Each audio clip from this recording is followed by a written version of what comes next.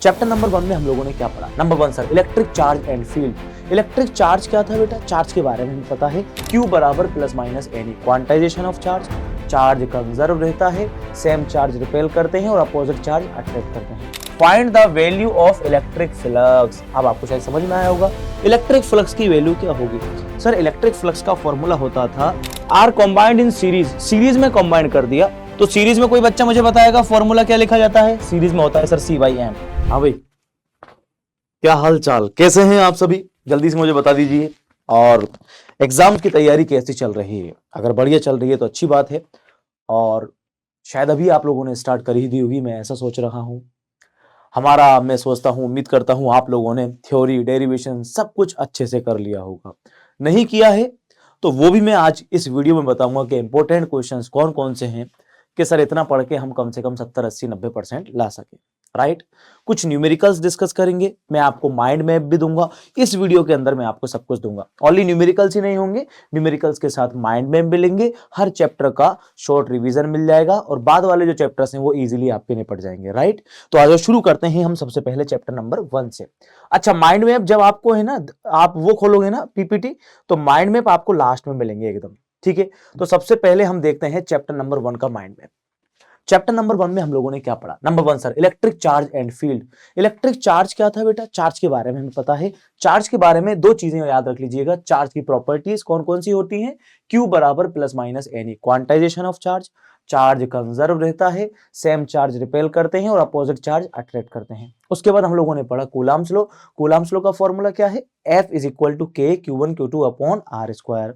इसमें डेरिवेशंस देख लेना आप, vector form of Coulomb's law. उसके बाद हम लोगों ने पढ़ा इलेक्ट्रिक फील्ड इंटेंसिटी, फॉर्मूला क्या होता है? E is equal to K Q upon R square या E is equal to F upon Q naught. Unit दोनों आपको याद होनी चाहिए इलेक्ट्रिक फील्ड इंटेंसिटी की। राइट, उसके बाद हम बात करते हैं properties of electric field.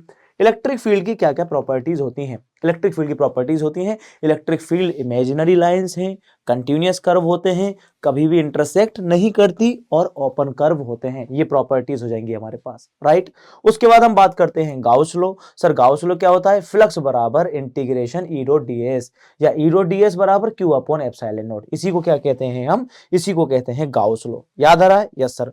Gauss law के तीनों डेरिवेशंस आपके लिए इंपॉर्टेंट हैं, ये वाले तीनों ही कर लेना, मैं तो कहता हूं। लीनियर चार्ज की वजह से फॉर्मूला आप ये वाला भी लिख सकते हो जो हमने याद करा था, 2k lambda upon are. Sphere की वजह से के क्यू अपॉन आर स्क्वायर, के क्यू अपॉन आर स्क्वायर, और अंदर कितना होता है? 0। और प्लेट की वजह से सिग्मा अपॉन 2 एप्सिलॉन नॉट। ये हमारा होता है पहला चैप्टर। अब आता है डाइपोल। डाइपोल के बारे में शायद आपको पता होगा, डाइपोल का फॉर्मूला क्या होता है? P बराबर Q into two A, axial line पर 2kp upon R cube, equatorial line पर minus 2kp upon R cube. Axial पर दुगना होता है इससे, और घुमाने पर टॉर्क लगता है मेरे पास में P क्रॉस E मतलब PE साइन थीटा। छोटे क्वेश्चंस की बात करूं, लार्जेस्ट यूनिट ऑफ चार्ज कौन सी है बताओ? लार्जेस्ट यूनिट ऑफ चार्ज है बेटा फेराडे, है ना। और 1 फेराडे में कितने कूलम होते हैं? 96500 कूलम होते हैं। क्लियर? तो पहला चैप्टर हमारा यहां से खत्म होता है। पहले चैप्टर में इंपोर्टेंट डेरिवेशंस के तौर पर अगर कोई बच्चा कम चाहता है तो वो कम से कम गाउस लॉ को फिनिश करेगा। गाउस लॉ के डेरिवेशंस पहले नंबर की प्रायोरिटी होगी उसकी। डन हुई बात? यस सर, बात डन हुई। उसके बाद हम बात करते हैं चैप्टर नंबर 2। क्या नाम है बताओ? Electrostatic potential and capacitance. Potential क्या होता था? सर ये रहा पहले नंबर पर इलेक्ट्रोस्टैटिक पोटेंशियल, V बराबर W अपॉन Q। V बराबर W अपॉन Q को बोलते थे पोटेंशियल। यूनिट क्या होती थी? जूल अपॉन कूलम या फिर वोल्ट। पोटेंशियल निकाला हमने जर्नल पॉइंट पर। जर्नल पॉइंट पर पोटेंशियल कैसे निकालते हैं? ये रहा formula, KP cos theta upon R square. KP cos theta upon R square general point पर है। एक्सियल लाइन पर कितना होगा? केपी अपॉन आर स्क्वायर, और इक्वेटोरियल लाइन पर कितना होगा? 0। यहां से एक सवाल नोट कीजिएगा, एक ऐसा पॉइंट बताइए जहां इलेक्ट्रिक फील्ड तो 0 नहीं होता बट पोटेंशियल 0 होता है। तो डाइपोल की इक्वेटोरियल लाइन पर। क्लियर है? Okay sir. इसके बाद हम बात करते हैं V बराबर पॉइंट चार्ज की वजह से और स्फेयर की वजह से के क्यू अपॉन आर। यहां पे हमारा एक पोर्शन खत्म हो जाता है। इसके बाद शुरू होता है हमारा एनर्जी वाला। एनर्जी आपको याद होनी चाहिए, पोटेंशियल एनर्जी U बराबर माइनस के PE cos थीटा, और वर्क डन कितना होता है? PE cos theta 1 minus theta 2। Okay sir जी। हम बात करें रिलेशन, ये वाला डेरिवेशन इसमें अच्छा डेरिवेशन है ना एग्जाम के पॉइंट ऑफ व्यू से, इलेक्ट्रिक फील्ड और पोटेंशियल में रिलेशन। पोटेंशियल बटे डिस्टेंस इसको कहते हैं पोटेंशियल ग्रेडियंट, पोटेंशियल बटे डिस्टेंस को कहते हैं पोटेंशियल ग्रेडियंट। पोटेंशियल पूरा कंप्लीट खत्म हो जाता है हमारे पास। इसके बाद हम बात करते हैं कैपेसिटर की। कैपेसिटर का फॉर्मूला क्या होता है, C बराबर Q upon V। Parallel plate capacitor का डेरिवेशन आपके लिए इंपॉर्टेंट माना जाएगा, A epsilon not upon D। Medium भर दिया जाएगा तो एप्सिलॉन R या K से मल्टीप्लाई कर देंगे। ओके सर जी, इन दोनों की अभी हमारे को जरूरत नहीं है। सीरीज कॉम्बिनेशन, पैरेलल कॉम्बिनेशन और ये एनर्जी, एनर्जी वाला डेरिवेशन करने की जरूरत नहीं है, सीरीज और पैरेलल वाला डेरिवेशन आप कर सकते हो। बस ये चीजें आपको करनी है चैप्टर नंबर 2 में से। अब हम एक काम करते हैं, न्यूमेरिकल्स की तरफ आते हैं दोनों चैप्टर के, फिर हम आगे बढ़ेंगे। क्या कहते हो बोलो बेटा, चले न्यूमेरिकल्स की तरफ। यस, नोट्स आपको थोड़े से आ जाओ, है ना। इसमें हम क्या करेंगे, इंपॉर्टेंट क्वेश्चंस, सारे न्यूमेरिकल्स एंड उसी के साथ आपको मिलेंगे माइंड मैप या शॉर्ट नोट्स, है ना। माइंड मैप या फिर शॉर्ट नोट्स आपको मैं प्रोवाइड करवा रहा हूं, राइट। करें, स्टार्ट कर दें बोलो, अगर आप कह दो तो स्टार्ट कर देते हैं। यस सर, स्टार्ट कर दीजिए। आइए पहले क्वेश्चन से हम लोग शुरुआत करते हैं, शायद हमारे को समझ में आने लगेगा, राइट। आ जाओ, पहला क्वेश्चन हम लेते हैं, ये रहा आपकी स्क्रीन पर। आप सभी बच्चे इसको ट्राई करेंगे पहले एक बार, जिससे हमें समझ में आने लगेगा। क्वेश्चन क्या कहता है, an electric dipole of charge, electric dipole का चार्ज दे रखा है +-1 microcoulomb, situated inside a spherical Gaussian surface, यानी एक गॉसियन सरफेस है, उसमें एक डाइपोल है, +-1 माइक्रोकूलम, मतलब ये हो गया माइनस का Q और ये हो गया प्लस का Q, और दोनों की वैल्यू कितनी दे रखी है, +-1 माइक्रोकूलम। मतलब सर चार्ज का मैग्नीट्यूड दे रखा है 1 microcoulomb, right. Situated inside the spherical surface of radius, radius दे रखी है भाई इसकी कितनी, 1 centimetre. Find the value of electric flux. अब आपको शायद समझ में आया होगा इलेक्ट्रिक फ्लक्स की वैल्यू क्या होगी। सर इलेक्ट्रिक फ्लक्स का फॉर्मूला होता था टोटल चार्ज अपॉन में एप्सिलॉन नोट, लेकिन यहां हमें पता चल रहा है टोटल चार्ज तो कितना हो गया, 0, क्योंकि जितना प्लस है उतना ही माइनस है, तो टोटल चार्ज 0 हो गया, तो फ्लक्स कितना होगा बेटा, 0 होगा। इसी तरह का क्वेश्चन आ सकता है कि एक गॉसियन सरफेस के अंदर 2 डाइपोल रख दें, 3 डाइपोल रख दें, 100 डाइपोल रख दें, फ्लक्स हमेशा कितना होगा, 0, अगर चार्ज नहीं है तो उसके अंदर, राइट। ओके, अगला क्वेश्चन ये रहा, सेम क्वेश्चन है। 5 electric dipole are kept in a cube, यानी एक क्यूब के अंदर कितने डाइपोल रख दिए भैया, 5 डाइपोल रखे। डाइपोल में हमें पता है नेट चार्ज कितना होता है, सर नेट चार्ज 0 होता है। डिटरमाइन द आउटगोइंग फ्लक्स, तो आउटगोइंग हो या इनकमिंग हो, टोटल फ्लक्स का वैल्यू कितना होगा बेटा, 0 होगा। देख लें एक बार क्वेश्चन को, एक बार क्वेश्चन को आराम से देख लें, टोटल फ्लक्स का वैल्यू कितना होगा, 0। एक डाइपोल रखें, 2 डाइपोल रखें, 3 डाइपोल रखें या 4, कितने भी रख दो बेटा, उससे कोई फर्क नहीं उससे कोई फर्क नहीं पड़ेगा। अगला क्वेश्चन,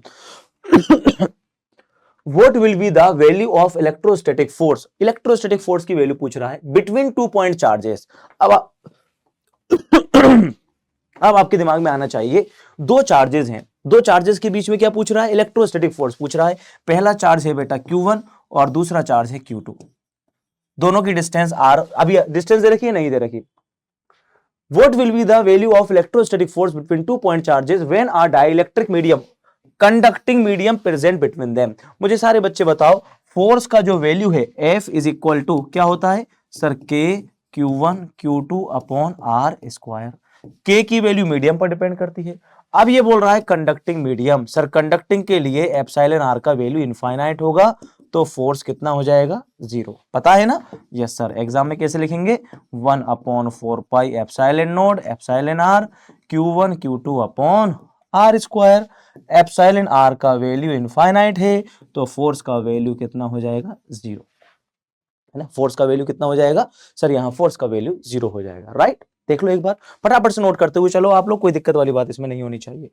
डन। अगला question, calculate net electric flux from the shaded region, यानी क्या बोल रहा है, शेडेड रीजन से ही आपको इलेक्ट्रिक फ्लक्स बताना है।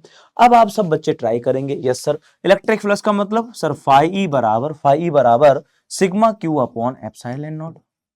सर जी सिग्मा क्यू कितना है बताओ, सर सिग्मा क्यू आएगा हमारे पास, शेडेड रीजन तो सर ये वाला है, मतलब इसी में से निकालना है, 2 माइक्रोकूलम, एक है सर माइनस का 1 माइक्रोकूलम, तो 2 माइक्रोकूलम में से 1 माइक्रोकूलम गए, कितने बच गए, 1 माइक्रोकूलम, मतलब फ्लक्स कितना आएगा, 1 अपॉन एप्सिलॉन नॉट। क्लियर है। यूनिट कन्वर्ट करना चाहेंगे तो माइक्रो वाली यूनिट कन्वर्ट कर लेंगे, अगर वैल्यू किसके अंदर आ जाएगी हमारी, माइक्रो के अंदर ही वैल्यू आ जाएगी। बोलो बेटा, आई बात समझ में? ये सर जी बात समझ में आने लगी, हल्की हल्की बात समझ में आने लगी। एक क्वेश्चन और लेते हैं, आ जाइए। In Millikan's experiment the charge found on an charge droplet was, किसी मिलिकन का एक्सपेरिमेंट है, देखते ही घबराना नहीं है, ये एक्सपेरिमेंट क्या आ गया। न्यूमेरिकल्स में लैंग्वेज का कभी कभी कर देता है, बाकी चांस में 90% नहीं करेगा। कभी दिमाग खराब हो जाए तो वो न्यूमेरिकल से लैंग्वेज में परिवर्तन करेगा, अदरवाइज फॉर्मूला बेस्ड क्वेश्चन आते हैं हमारे पास में। मिलिकन्स के एक्सपेरिमेंट में चार्ज बता रखा है भैया, ओके सर, चार्ज कितना दे रखा है सर? चार्ज दे रखा है माइनस के 6.4 इंटू 10⁻⁻19 को। Right the number of electron, अगर नंबर ऑफ इलेक्ट्रॉन्स पूछ ले तो कैसे निकालेंगे सर? सर नंबर ऑफ इलेक्ट्रॉन का मतलब Q बराबर NE और N is equal to Q upon में E, राइट? ओके सर, तो N is equal to Q कितना है? 6.4 इंटू 10⁻⁻19 कूलम अपॉन में चार्ज 1.6 इंटू 10⁻⁻19 है ना, Q अपॉन में E। सर 19 से 19 निपटेगा, 19 से 19 गया और मेरे ख्याल से 4 आ जाएगा। N का वैल्यू कितना आ गया? 4। पॉइंट से पॉइंट जाएगा, 16 4 जा 64, 16 4 जा 64। देख लो एक बार, नोट कर लो फटाफट से, क्वेश्चन समझ में आपको आना चाहिए, आपको क्वेश्चन समझ में आना चाहिए। बोलो बेटा, डन हुई बात यहां तक? यस सर, यहां तक बात डन हुई। अब मैं आपको एक और चीज बताता हूं इसी से रिलेटेड, अगर क्वेश्चन अगर दिमाग में बैठ जाए तो देख लेना। ये बेसिक क्वेश्चन है, अब जो मैं लिख रहा हूं ये कैसा क्वेश्चन है? बेसिक। शायद आप सभी बच्चे आप जवाब भी दे देंगे ना। How many electron in 1 coulomb charge?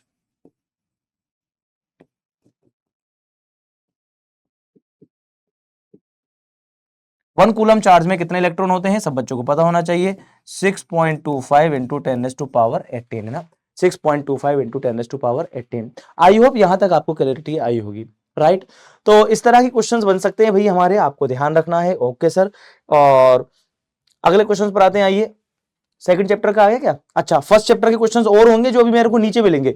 First chapter के क्वेश्चंस और भी हैं, मैंने नीचे रखे हुए हैं, बट अभी आ जाओ चैप्टर नंबर 2 का क्वेश्चन है शायद ये ना। लो एक बार रीड करो आप लोग। Calculate the electric potential. मैं आपको ये बता रहा हूं, न्यूमेरिकल से डरना नहीं है, आपके अंदर डर है बस खाली, क्यों?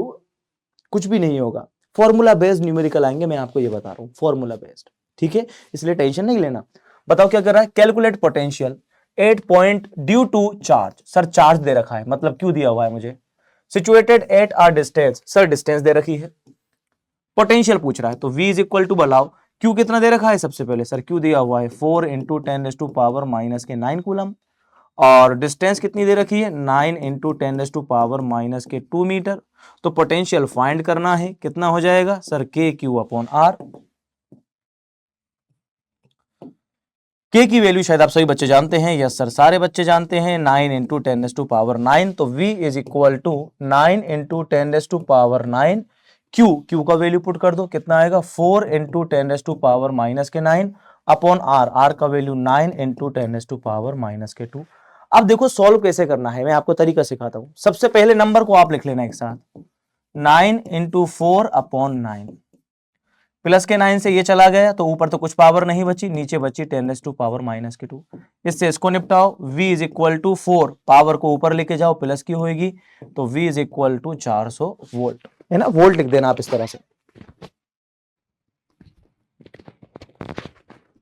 ठीक है ना? इस तरह से क्या कर दोगे आप? लिख दोगे। ओके सर जी, इस तरह से हम लिख देंगे, कोनो टेंशन वाली बात हो तो मुझे बताओ। वो यूनिट जरूर लगाना, अगर यूनिट नहीं लगाओगे तो भैया गड़बड़ हो जाएगा मामला। यूनिट नहीं लगाएंगे तो बेटा क्या हो जाएगा? मामला गड़बड़ हो जाएगा। क्या आपको बात समझ में आ रही है? यस सर जी। आइए अगले क्वेश्चन पे चलते हैं। ये लो, अब मैं चाहता हूं, चलो इसको आप एक बार ट्राई कर लो, इसको एक बार आप ट्राई करो। 3 सेकंड का मैं आपको टाइम दे रहा हूं, 3 सेकंड का मैं आपको टाइम दे रहा हूं, केवल 3 सेकंड का। अरे ये तो रिकॉर्डेड है भाई, स्क्रीन पोज करो, पोज करके आप ट्राई करो ना, रिकॉर्डेड है, इसमें क्या टाइम देना, ठीक है? ये ले देख, वापस से पोज कर ले, अब ट्राई कर, अब आ जा। There is potential, sir potential दे रखा है कितना? 10 volt. V is equal to कितना दिया हुआ है? 10 volt. On the surface of the charge spherical shell, ओचे एक स्फेरिकल शेल है, उसकी सरफेस पर चार्ज भैया R दे रखी है, रेडियस 10 सेंटीमीटर। सर सेंटीमीटर को कन्वर्ट करना पड़ेगा, 10 into 10⁻⁻2 metre. Right the value of the potential, potential की वैल्यू लिखनी है, right the value of potential at distance 5। ओहो, बहुत ही बढ़िया, अच्छा ही सवाल दे दिया यार, तो मजा आ गया इसमें। तो देखो क्वेश्चन क्या कह रहा है, इधर सुनना, ये एक स्फेरिकल शेल है, there is potential 10 volt on the surface of the spherical shell. यहां से एक कॉन्सेप्ट सीखना, सरफेस पर जितना पोटेंशियल होता है ना बेटा, अंदर भी उतना ही पोटेंशियल होएगा हर जगह, कहीं भी चले जाओ अंदर पोटेंशियल वो होगा, और इलेक्ट्रिक फील्ड जीरो होता है। तो ये बोल रहा है रेडियस कितनी है इसकी, 10 सेंटीमीटर, यानी रेडियस है 10 सेंटीमीटर, और पूछ रहा है 5 सेंटीमीटर पर पोटेंशियल कितना होगा, तो 5 सेंटीमीटर पर भी पोटेंशियल उतना ही होगा, क्योंकि 5 सेंटीमीटर सरफेस के अंदर आ रहा है। इसका मतलब जितना पोटेंशियल सरफेस पर होगा उतना ही पोटेंशियल अंदर होता है। तो अंदर भी पोटेंशियल कितना होगा अंदर भी पोटेंशियल 10 वोल्ट ही होगा, है ना। कहीं आप सोल्व कर दो V बराबर KQ अपॉन R, तो फॉर्मूला गलत हो जाएगा वो वाला। पोटेंशियल के केस में आपको याद रखना है। डन हुई बात डन हुई। आगे क्वेश्चंस पर चलें, चलो सर आगे क्वेश्चंस पर। ये लो कैपेसिटर वाले क्वेश्चंस इंपॉर्टेंट है ना, कैपेसिटर वाले इंपॉर्टेंट है, ठीक है। बताओ चलो कैपेसिटर वाला बता दो आप, क्या आएगा कैपेसिटर में।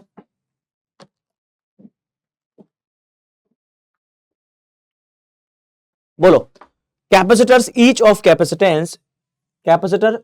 Capacitance 10 microfarad are combined in series then in parallel, right the product of equivalent capacitance. बहुत बढ़िया यार, इसमें कितने कैपेसिटर्स हैं ये तो दे ही नहीं रखा, कैपेसिटर्स दे रखा बस खाली, कैपेसिटर्स कितने हैं हमें नहीं पता। तो अपन एक काम करते हैं, यहां पर लिख लेते हैं 10 कैपेसिटर्स, कितने भी हो सकते हैं, 3 हो सकते हैं, 4 हो सकते हैं, 5 हो सकते हैं, 10 कैपेसिटर्स ईच ऑफ कैपेसिटेंस। हाँ क्वेश्चन थोड़ा सा मिसप्रिंट हो गया, कोई बात नहीं, 10, 9, 8, 5 कुछ भी दे दे। 10 कैपेसिटर्स हैं, ईच ऑफ कैपेसिटेंस कितना है, 10 माइक्रोफेरेड है, हर एक का कैपेसिटेंस 10 माइक्रोफेरेड है, कंबाइन कर दिया गया है सीरीज और पैरेलल के अंदर। अब मेरी बात सुनेंगे सारे बच्चे, यहां पहले कॉन्सेप्ट बताऊंगा उसके बाद हम आगे बढ़ेंगे। यस सर, सीरीज के अंदर अगर मैं बात करूं, सीरीज के अंदर कैपेसिटेंस का फॉर्मूला होता है 1/CS बराबर 1/C plus 1/C plus 1/C, 1/CS is equal to, यहां कितना आ जाएगा C, 1 + 1 + 1 3, इसको उल्टा करो तो कितना आ गया, CS is equal to C/3। अगर C कैपेसिटर है और अगर N कैपेसिटेंस होंगे तो यहां लगा दो 1/C, और यहां पर 3 की जगह कितना आ जाएगा बेटा, N आ जाएगा, 3 की जगह कितना आ जाएगा, यहां पर N आ जाएगा, और यहां पर भी कितना आ जाएगा, C/N। तो इक्वल कैपेसिटर होते हैं तो फॉर्मूला याद रखना C/N, सीरीज के अंदर क्या लगा दो, C/N। ऐसे कई क्वेश्चंस रिपीटेड मोड पर बोर्ड में पूछे गए हैं। और अगर पैरेलल की मैं आपसे बात करूं, किसकी बात कर रहा हूं सर, अगर मैं आपसे बात करूं पैरेलल की, सर पैरेलल में क्या सीन होगा, पैरेलल का सीन भी देखते हैं, आइए। पैरेलल का सीन होता है CP बराबर C plus C plus C 3C, इसी तरह अगर NC है तो क्या हो जाएगा, NaN-C। पैरेलल में क्या हो जाएगा, NaN-C, अगर इक्वल कैपेसिटेंस लगाए जाते हैं। तो ये तो हुआ कॉन्सेप्ट। अब क्वेश्चंस को सॉल्व करते हैं। क्या बोल रहा है, 10 कैपेसिटर हैं, 10 कैपेसिटर का मतलब सर नंबर दे रखा है कैपेसिटर का कितना, 10, हर एक का कैपेसिटेंस कितना दे रखा है सर, कैपेसिटेंस दे रखा है 10 microfarad, are combined in series, series में कॉम्बाइंड कर दिया। तो सीरीज में कोई बच्चा मुझे बताएगा फॉर्मूला क्या लिखा जाता है, सीरीज में होता है सर C/N, P/N। तो सर सीरीज में फॉर्मूला आएगा C/N मतलब 1। देन इन पैरेलल, उसके बाद पैरेलल में कर दिया जाता है। पैरेलल में बोलो फॉर्मूला क्या आएगा, NC। तो पैरेलल में N कितना 10, C कितना 10, तो कितना आ गया पैरेलल के लिए 100। Right the product of the equivalent capacitance, product लिखना है, प्रोडक्ट का मतलब CP और CS और CP का प्रोडक्ट लिखना है, 1 × 100, आंसर कितना आ गया, 100 माइक्रोफेरेड। बोलो देख लो एक बार, CPCN बेटा कॉन्सेप्ट को आप याद रखोगे तो मेरे को लगता है शायद चीजें आपके लिए आसान हो जाएंगी। राइट, हो गया डन, यस सर जी। आगे अगला question, what would be the value of 4 microfarad capacitance if the dielectric medium constant 2 is completely filled between the capacitance plate. अगर कैपेसिटेंस प्लेट के बीच में, देखो मेरी बात सुनो, आपको मैं याद दिलाता हूं कंसेप्ट, कंसेप्ट के लिए हम एक काम करते हैं, यहां थोर बॉक्स बना लेते हैं, सही रहेगा ना, यस सर। सर कैपेसिटर का फॉर्मूला क्या था, कैपेसिटर का फॉर्मूला पैरेलल प्लेट के लिए तो था A/ε0/d, और स्फेरिकल कंडक्टर के लिए था रणबीर कपूर, है ना, या फिर 4πε0 इनटू में R। जब एयर भरी जाती है और जब मीडियम भर दिया जाता था तो फॉर्मूला होता था A/ε0/d, किससे मल्टीप्लाई कर दो, ε r से, इसी तरह यहां मीडियम भर दिया जाएगा तो किससे मल्टीप्लाई कर दिया जाएगा, एप्सिलॉन आर से। इसका मतलब सर मीडियम का कैपेसिटेंस एयर के कैपेसिटेंस का एप्सिलॉन आर टाइम्स होता है। समझ में आ रही है? सी मीडियम बराबर सी नोट इनटू में एप्सिलॉन आर, सी मीडियम बराबर सी नोट इनटू में एप्सिलॉन आर। क्वेश्चंस पढ़ते हैं। What would be the value of 4 microfarad capacitance, यानी एक कैपेसिटेंस दिया हुआ है हमारे को, कितना, 4 microfarad. If a dielectric constant, dielectric constant को एप्सिलॉन आर या के से लिखा जा सकता है। देख लेना आप एक बार, एप्सिलॉन आर दे रखा है भाई, कितना कितना है बेटा, 2, यूनिट लेस होता है। Completely filled between the plates of parallel plate capacitor, parallel plate capacitor के लिए अब ये कैपेसिटेंस पूछ रहा है। ये वाला कैपेसिटेंस हवा में था तो मीडियम में कैपेसिटेंस बढ़ जाएगा, मीडियम में कैपेसिटेंस बढ़ जाएगा, कितना बढ़ेगा भैया, epsilon R into C naught, epsilon R का value 4 into 2 is equal to 8 microfarad. समझ में आ गया? उधर मैंने कॉन्सेप्ट डाल दिया, इधर मैंने ये डाल दिया। बात आई समझ में आपको? यस सर, यहां तक बात समझ में आ गई। अगला क्वेश्चन इस तरीके से आ जाए कॉम्बिनेशंस के अंदर भैया, ए और बी 2 पॉइंट दे रखे हैं, दोनों के बीच में अगर आपसे पूछ ले कि बताइए इसके बीच में पोटेंशियल कैपेसिटेंस कितना होगा, इक्वल कैपेसिटेंस, तो किस तरह से हम लोग निकालेंगे? सबसे पहले आप इन दोनों को देखो। एग्जाम में करने का तरीका ये होगा, ये वाला डायग्राम बनाओगे, इस पर सर्कल लगाया और इस पर सर्कल लगाया। दो मेरे को साफ साफ नजर आ रहे हैं, ये दोनों किसमें है बताओ? ये दोनों है मेरे पास में पैरेलल में, है ना। क्या लिखेंगे? एग्जाम में लिखने का तरीका बता रहा हूं, 4 microfarad and 4 microfarad are in parallel. Parallel में है तो बताओ फॉर्मूला क्या होगा? सर फॉर्मूला तो सिंपल है, वैसे तो हमें पता है, लेकिन पूरा लगा लेना।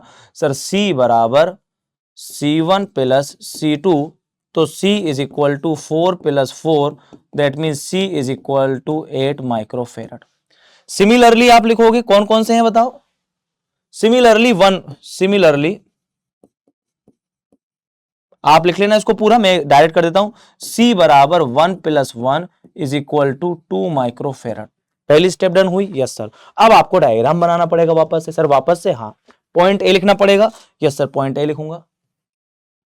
यहां कितने का लगा हुआ है? सर 2 का लगा हुआ है, 2 माइक्रोफेरड। उन दोनों को हटाकर यहां कितने का लगा दोगे? सर यहां भी 2 का लगा देंगे, 2 माइक्रोफेरड। यहां पर कितने का है? सर यहां पर है 8 माइक्रोफेरड, और इक्विवेलेंट में भी कितने का आ गया? सर 8 माइक्रोफेरड का आ गया। ये पॉइंट ऐसे होगा, इसको आगे लेकर के जाएंगे, ये हो गया पॉइंट बी और ये हो गया पॉइंट ए। ठीक, यस सर, पॉइंट ए और बी। अब आपको क्या करना है? पॉइंट ए और बी के बीच में इक्विवेलेंट कैपेसिटेंस निकालना है। अब आप ध्यान से देखना, आप इसको खींचो, मान लो ऐसा सोचो, आप यहां से चार्ज जाएगा तो चार्ज कितने हिस्सों में बटेगा? 2 हिस्सों में। जितना चार्ज इसमें जाएगा क्या उतना ही चार्ज इसमें जाएगा? हाँ सर, मतलब ये दोनों तो हो गए सीरीज में, और जितना चार्ज इसमें जाएगा उतना ही चार्ज इसमें जाएगा। ये दोनों भी किसमें हो गए? सीरीज में। या फिर इसको ऐसे खींचोगे तो ये दोनों एक साथ आएंगे और ये दोनों एक साथ आएंगे, पॉइंट ए और बी के बीच में, है ना। पॉइंट ए और बी के बीच में दोनों साथ साथ आएंगे। ओके सर, इसका मतलब अब ये जो दो दो दो दो दो वाले हैं, ये दोनों हो गए सीरीज में। ये दोनों किसमें है? सीरीज में। तो सीरीज के लिए बोलो कौन सा फॉर्मूला लगाया जाएगा? Sir 1/c is equal to 1/c1 plus 1/c2। तो 1/c बराबर 2 LCM आया, 1 प्लस 1, तो 1/c बराबर 2/2। तो C इज इक्वल टू कितना आ गया? 1 माइक्रोफेरड। यानी इन दोनों को हटा के 1 का लगा देंगे, और ये दोनों आए 8 और 8, 8 और 8 के कितने हैं? 2 हैं, तो C/n कर सकता हूं मैं? यस सर, C/n कर दो। C कितना है? 8/2, आंसर कितना आएगा? 4। लेकिन हम एक बार पूरा इसको सॉल्व करेंगे। पूरा क्या करेंगे? इसको सॉल्व करेंगे। ठीक है, अब क्या लिखेंगे? 8 और 8 किसमें है? किधर लिखूं मैं? इधर ही लिख दूं क्या? एक ही पेज में हो जाएगा आपके पास, है ना, जैसे नोट्स में आपको दिक्कत नहीं आएगी। ठीक है, आ जाओ। 1/c is equal to 1/8 plus 1/8। तो 1/c बराबर 8 LCM लोगे, 1 प्लस 1, तो 1/c इज इक्वल टू 2/8, या c इज इक्वल टू 8/2, या फिर c is equal to 4। Right, अब इसके बाद मैं आपको ऊपर लेकर के जा रहा हूं। अब क्या करेंगे सर? पॉइंट ए और बी, ये रहा पॉइंट ए, ये रहा पॉइंट बी। ए और बी के बीच में इनकी जगह कितने का आएगा? 1 माइक्रोफेरड का। सर ये लिख दो 1 माइक्रोफेरेड, यहां लिख दो ए, यहां लिख दो बी। ये रहा ए और ये रहा बी। ए और बी के बीच में कितने का आया सर? 4 माइक्रोफेरेड का, यानी 4 माइक्रोफेरेड। क्या दोनों पैरेलल में आ गए? तो C इज इक्वल टू कितना हो जाएगा? 1 + 4 5 माइक्रोफेरेड। एक बार देखें आंसर, आप एक बार आंसर देख लें फटाफट से, फिर आप मुझे बता दें। यस, डन हुई बात? यस सर, बात तो डन हुई, बात डन हुई। अगर बात डन हुई तो बहुत ही अच्छी बात है। इधर आओ, एक क्वेश्चन और लेते हैं कैपेसिटर वाला, आपको मजा आ जाएगा थोड़ा सा। भाई कहां जा रहा है? चलो ये रहा क्वेश्चन, पढ़ो एक बार। क्या कहता है? In the given diagram right the value of V1। V1 की वैल्यू लिखनी है। किसकी वैल्यू लिखनी है? V1 की। तरीका नंबर 1, सारे बच्चे बताओ, ये पॉइंट A है, ये पॉइंट B है। क्या यहां से लेके यहां तक का टोटल पोटेंशियल कितना दे रखा है? 10 वोल्ट, राइट। ये दोनों तो सर पैरेलल में हैं, ये दोनों अगर पैरेलल में हैं तो इनका पोटेंशियल क्या आएगा? सेम। दोनों का पोटेंशियल सेम होगा और दोनों का पोटेंशियल 4 वोल्ट दे रखा है। मतलब अगर मैं C2 की बात करूं तो C2 का पोटेंशियल कितना है? 4 वोल्ट। C3 की बात करूं तो C3 का पोटेंशियल 4 वोल्ट, दोनों का सेम होगा। 4 वोल्ट ये हो गया, टोटल 10 वोल्ट है, तो V1 कितने का बचेगा? 6 वोल्ट का। इसका मतलब हम लिख सकते हैं V is equal to V1 + V2। V कितने का दे रखा है? 10 वोल्ट का। V1 मुझे निकालना है, ये कितने का है? 4 वोल्ट का। तो V1 इज इक्वल टू 10 - 4, तो V1 is equal to 6 volt. आसान क्वेश्चन, आसान क्वेश्चन। क्या आपको बात समझ में आ रही? यस सर, बात समझ में आ रही। अब हम बात करेंगे किरचॉफ्स लॉ पर सवाल की, चैप्टर नंबर 3। उसके शॉर्ट नोट्स भी मैं आपको प्रोवाइड करवाने वाला हूं, ठीक है? एक सेकेंड।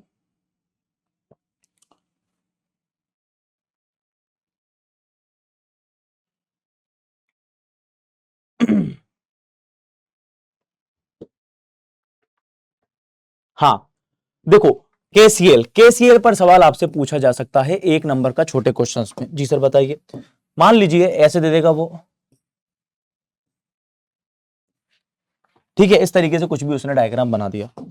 वो कहेगा कि यहां से आ रहा है 3 एम्पियर का करंट, यहां से आ रहा है 4 एम्पियर का करंट, यहां दे दिया एक्स, यहां से आ रहा है 1 एम्पियर का करंट और यहां जा रहा है y। क्वेश्चन कहेगा find the value of x and y का वैल्यू लिखो।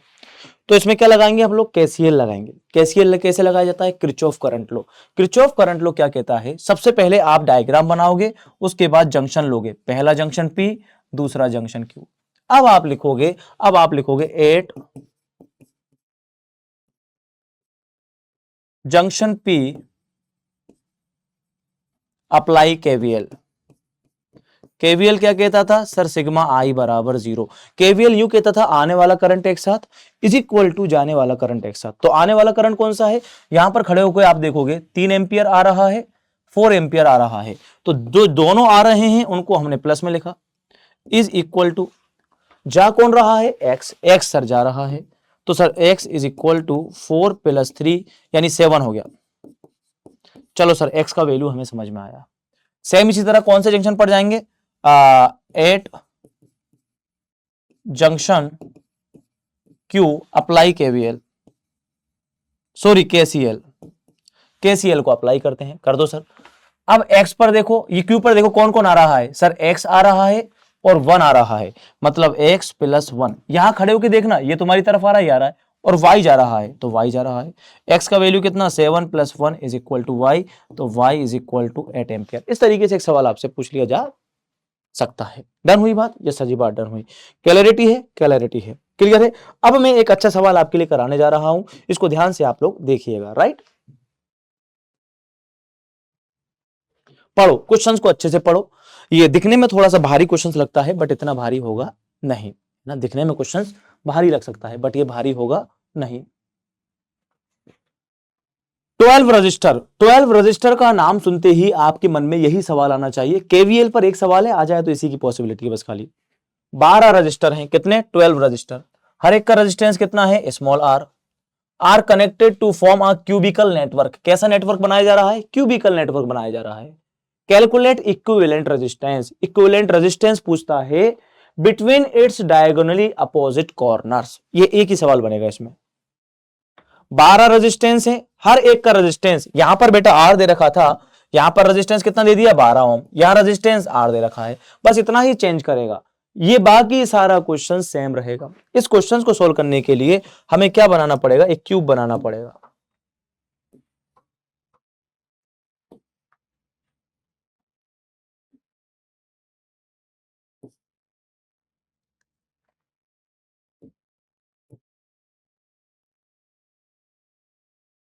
ठीक है,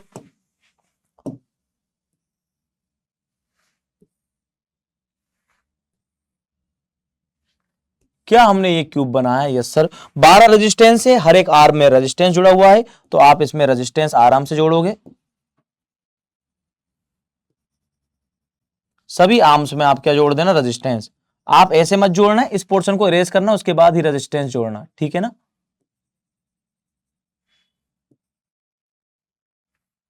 इधर की चारों हो गई, अब इधर की लेंगे।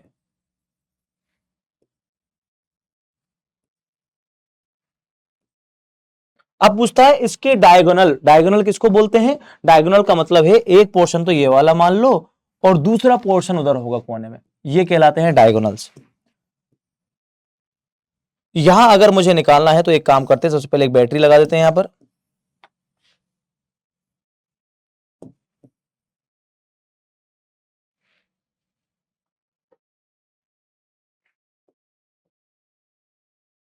ये आ गई बैटरी।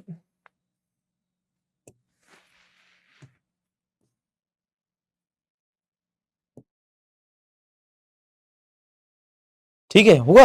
हाँ सर।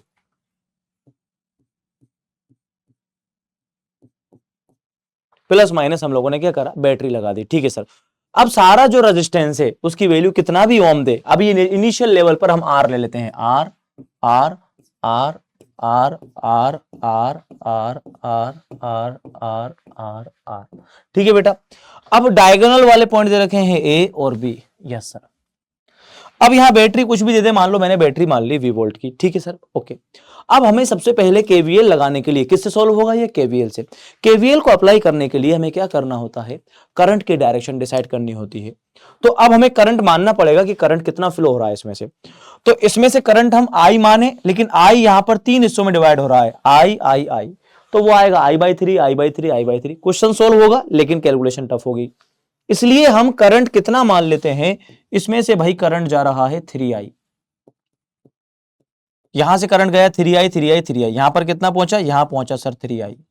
3I अब 3 हिस्सों में डिवाइड हो जाएगा, इसमें गया I, इसमें गया I और इसमें गया I, राइट। अब आप खुद देखो, ये वाला I आगे जाएगा, 2 हिस्सों में डिवाइड हो जाएगा, मतलब यहां जाएगा I/2, यहां जाएगा I/2। ये वाला I आगे जाएगा आगे जाएगा आगे जाएगा, 2 हिस्सों में डिवाइड हो जाएगा, यहां जाएगा I/2, यहां जाएगा I/2। ये वाला I, ये I गया गया गया, ये 2 हिस्सों में डिवाइड हो जाएगा, ऊपर जाएगा I/2 और इधर जाएगा I/2, राइट। ओके सर, इधर का तो हमने पूरा सेटअप कर दिया। अब आगे का सेटअप देखो, इस वाले पॉइंट पर देखते हैं। इधर से आ रहा है I/2, इधर से आ रहा है I/2, I/2 प्लस I/2, तो इसमें टोटल करंट कितना जाएगा, I। किरचॉफ करंट लॉ से, हाँ सर। इस वाले पॉइंट पर देखते हैं, यहां से आएगा कितना, अबे इसमें नहीं गया, 2 2, देखो इस वाले पॉइंट पर, यहां से आएगा I/2 और यहां से आएगा I/2, दोनों I/2 मिलकर वापस क्या हो जाएंगे, I। और ऐसे ही इस वाले में भी कितना हो जाएगा, I। समझ में आ रही बात, नहीं आ रही है, I/2 और I/2 मिलकर के I। कुल मिला के यहां पर 3I और एंड पॉइंट पर 3I, बचे कुचे में I/2 I/2 I/2, खेल खत्म। बचे कुचे में I/2 I/2 I/2, I बीच वाले सेक्शन में I/2 I/2, दैट्स इट। अब दिखने में कॉम्प्लिकेटेड है, अब हम केवीएल लगाएंगे केवल एक लूप में, ए बी, इसको नाम दे दो सी, इसको नाम दे दो डी, और इसको नाम दे दिया हमने, चलो बैटरी के लिए ईएमएफ लिख देता हूं ई, चलो वी वो, अरे भाई, अरे यार हैंग कर गया क्या, एक मिनट रुको, शायद उठ जाएगा, उठ गया उठ गया, ठीक, okay sir ji. V D E और वापस से ए। हम ये वाला लूप ले रहे हैं। कौन सा वाला लूप ले रहे हैं बेटा? हम ले रहे हैं ये वाला लूप। टिंग, क्लियर है? कौन सा लूप ले रहे हैं? ये वाला लूप ले रहे हैं। तो अपन क्या लिखेंगे? अपन लिखेंगे apply KVL in the loop A B C D E A. Apply KVL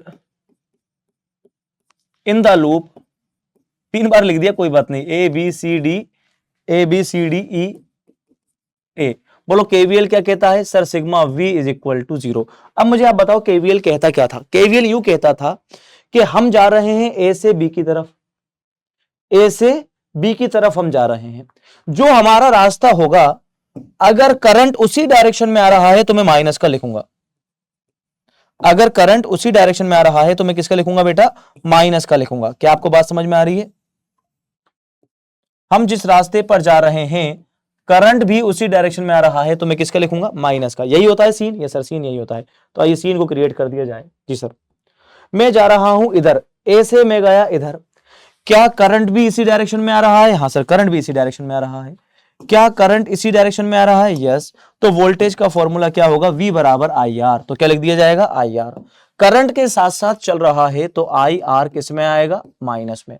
आगे बढ़ो सर, आगे बढ़े, आगे बढ़े बड़े बड़े, आगे अगले हिस्से में ये मिला, क्या करंट जिधर जा रहा है मैं भी उधर जा रहा हूं? हाँ सर। तो V बराबर फॉर्मूला क्या होगा? I by 2R। मतलब प्लस का आएगा माइनस का? सर माइनस का I बाई 2 इंटू आर। आगे बताओ, मैं ऊपर जा रहा हूं, करंट भी ऊपर जा रहा है, तो कितना आएगा वोल्टेज? V बराबर आई आर। वोल्टेज कितना आएगा? V बराबर प्लस के, साथ साथ जा रहे हैं तो माइनस का आएगा, माइनस के आई आर। अब कुछ भी नहीं है, कुछ भी नहीं है, कुछ भी नहीं है, कुछ भी नहीं है, केवल बैटरी मिली। बैटरी में सीन क्या होता था आपको याद है? बैटरी में आप जा रहे हो तो एंड वाला पॉइंट देखोगे आप। कौन सा वाला पॉइंट देखोगे? सर एंड वाला पॉइंट। एंड वाला पॉइंट किस में आ रहा है? प्लस में। तो यहां पर हम लिखेंगे प्लस का V इज इक्वल टू 0। ये तो हुआ डायग्राम को समझने का तरीका। अब याद करने का तरीका भी सीख लो आप। याद करने का तरीका सिंपल है, एक आई आर प्लस एक आई आर, कितने आई आर हो गए? 2 आई आर, और ये आधा आई आर। आधे आई आर का मतलब हो गया 2.5 आई आर। कुल मिला के वोल्टेज प्लस 2.5 आई आर आएगा। खेल खत्म। इसको याद कर लो अगर क्वेश्चन आ जाता है तो। कि सर कॉम्प्लिकेट, कुछ भी कॉम्प्लिकेटेड नहीं है, याद कर लेना। ओके सर जी। माइनस का आई आर, माइनस का आई आर, कितने हो गए माइनस के? 2 आई आर। ठीक है सर जी। और आधा आई आर, आधे आई आर का मतलब देखो, माइनस के 2 आई आर माइनस का आई बाई 2 आर, है ना? माइनस का आई बाई 2 आर, माइनस का आई बाई 2 आर। एक सेकंड को फोन आ गया यार कंपनी से। हाँ बेटा, आ जाओ आ जाओ आ जाओ। यस, तो मैंने आपको बताया क्या? वोल्टेज के बारे में। तो यहां से आ रहा है मेरे पास में 2.5 आई आर बराबर ये, और प्लस का V इज इक्वल टू 0। ये कितना हो जाएगा? सर माइनस के 5 बाई 2 आई आर प्लस के V इज इक्वल टू 0। और अगर मुझे V निकालना है तो उधर ले जाओ उसको, 5 बाई 2 आई आर। वोल्टेज कितना आ गया सर हमारे पास में? वोल्टेज आया 5 बाई 2 आई आर। वोल्टेज कितना आ गया सर? 5 by 2 I R. ये कहां से आया सर? ये तो आया हमारे पास केवीएल से। अब अगर मैं ओम्स लॉ से लगाना चाहूं, किससे लगाना चाहूं? ओम्स लॉ से। According to Ohm's law, according to Ohm's law, Ohm's law के अकॉर्डिंग अगर मैं देखना चाहूं, अरे यार आजा, ओम्स लॉ क्या कहता है सर? ओम्स लॉ तो कहता था V बराबर आई आर। क्या ओम्स लॉ V बराबर आई आर कहता है? Yes sir. टोटल रेजिस्टेंस आप मान लो R है, टोटल रेजिस्टेंस क्या है इसका? R। तो V is equal to I into में R। I कितना माना हमने सर? I तो माना 3I, मतलब 3I इंटू R। R क्या है? Equivalent resistance. अब आप क्या कर दो, दोनों इक्वेशंस को बराबर कर दो, यानी ये वाला V और ये वाला V दोनों बराबर होने चाहिए। इसका मतलब from equation number 1 and 2, from equation 1 and 2, बोलो दोनों इक्वेशन से क्या आएगा सर? 5 बाई 2 आई आर बराबर 3 I R, 5 by 2 I R बराबर 3 आई आर। आई से आई चला गया। Yes sir. आर इक्विवेलेंट उसने पूछा था, तो आर इक्विवेलेंट बराबर कैसे कर दूं? देखो मैं 5 बाई 2 आर, ये 3 नीचे आ जाएगा तो N2 हो जाएगा, इज इक्वल टू आर। तो 5 by 6 R is equal to R. क्या आपको बात समझ में आ गई? Yes sir. 5 बाई 6 आर, इसको याद भी रख लो, यही यही रिजल्ट हमारे पास में निकल करके आएगा। इसको क्या कर ले, इसको सर आप याद भी कर लेना। 5/6R ही हमारे पास में रिजल्ट निकल करके आता है। R is equal to 5/6R, यही मेरे पास में रिजल्ट आएगा। अब स्मॉल r का वैल्यू वो कितना भी दे दे, 12 ओम दे दे, स्मॉल r का वैल्यू 6 ओम दे दे, स्मॉल r का वैल्यू 2 ओम दे दे, वैल्यू पुट करके हम लोग r का वैल्यू फाइंड कर सकते हैं। आगे बात समझ में। अगर उसने दे रखा है 12 ओम, मतलब 5/6 इंटू 12, इससे ये चला गया तो कितनी बार गया, R आ गया कितना मेरा, 5 दूनी 10 ओम। बात समझ में आई नहीं आई? R बराबर कितना आ गया मेरे पास में, sir R is equal to आ जाएगा मेरे पास में 10 ओम। इतना शायद आपको समझने में आ जाना चाहिए। ओके सर जी, बहुत बढ़िया। अगले क्वेश्चन की हम बात करते हैं, आइए। इन द फिगर, अच्छा ये कोई फिगर है, ऐसे करके डायग्राम बनाया नहीं, बट चलो मैं बना देता हूं,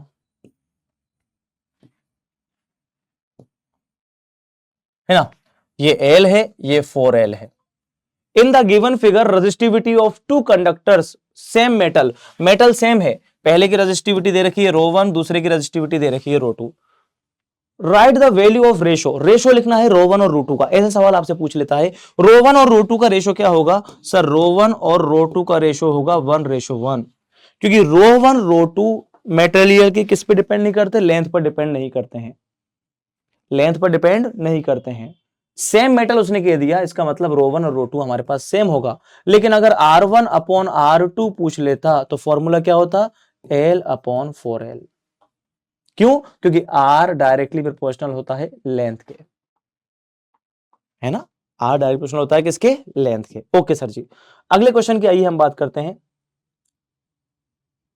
अरे ये थ्योरी वाला क्वेश्चन कहां से आ गया, define drift velocity in electrical conductor. चलो ड्रिफ्ट वेलोसिटी का फॉर्मूला भी मैं आपको लिख देता हूं, अगर आ गया तो फॉर्मूला तो लिख देते हैं कम से कम इनटू में टाउ, ठीक है। ड्रिफ्ट वेलोसिटी का फॉर्मूला, ड्रिफ्ट वेलोसिटी वाला डेरिवेशन इस चैप्टर में से J बराबर सिग्मा ई, ओम्स लॉ का वेक्टर फॉर्म, किरचॉफ्स लॉ और व्हीटस्टोन ब्रिज, ये बेटा आप अच्छे से पढ़ लीजिएगा। सेल के बारे में भी अगर आप चाहें तो एक बार हल्का सा देख सकते हैं, क्लियर है। ओके सर, अगला क्वेश्चन की हम बात करते हैं, आइए।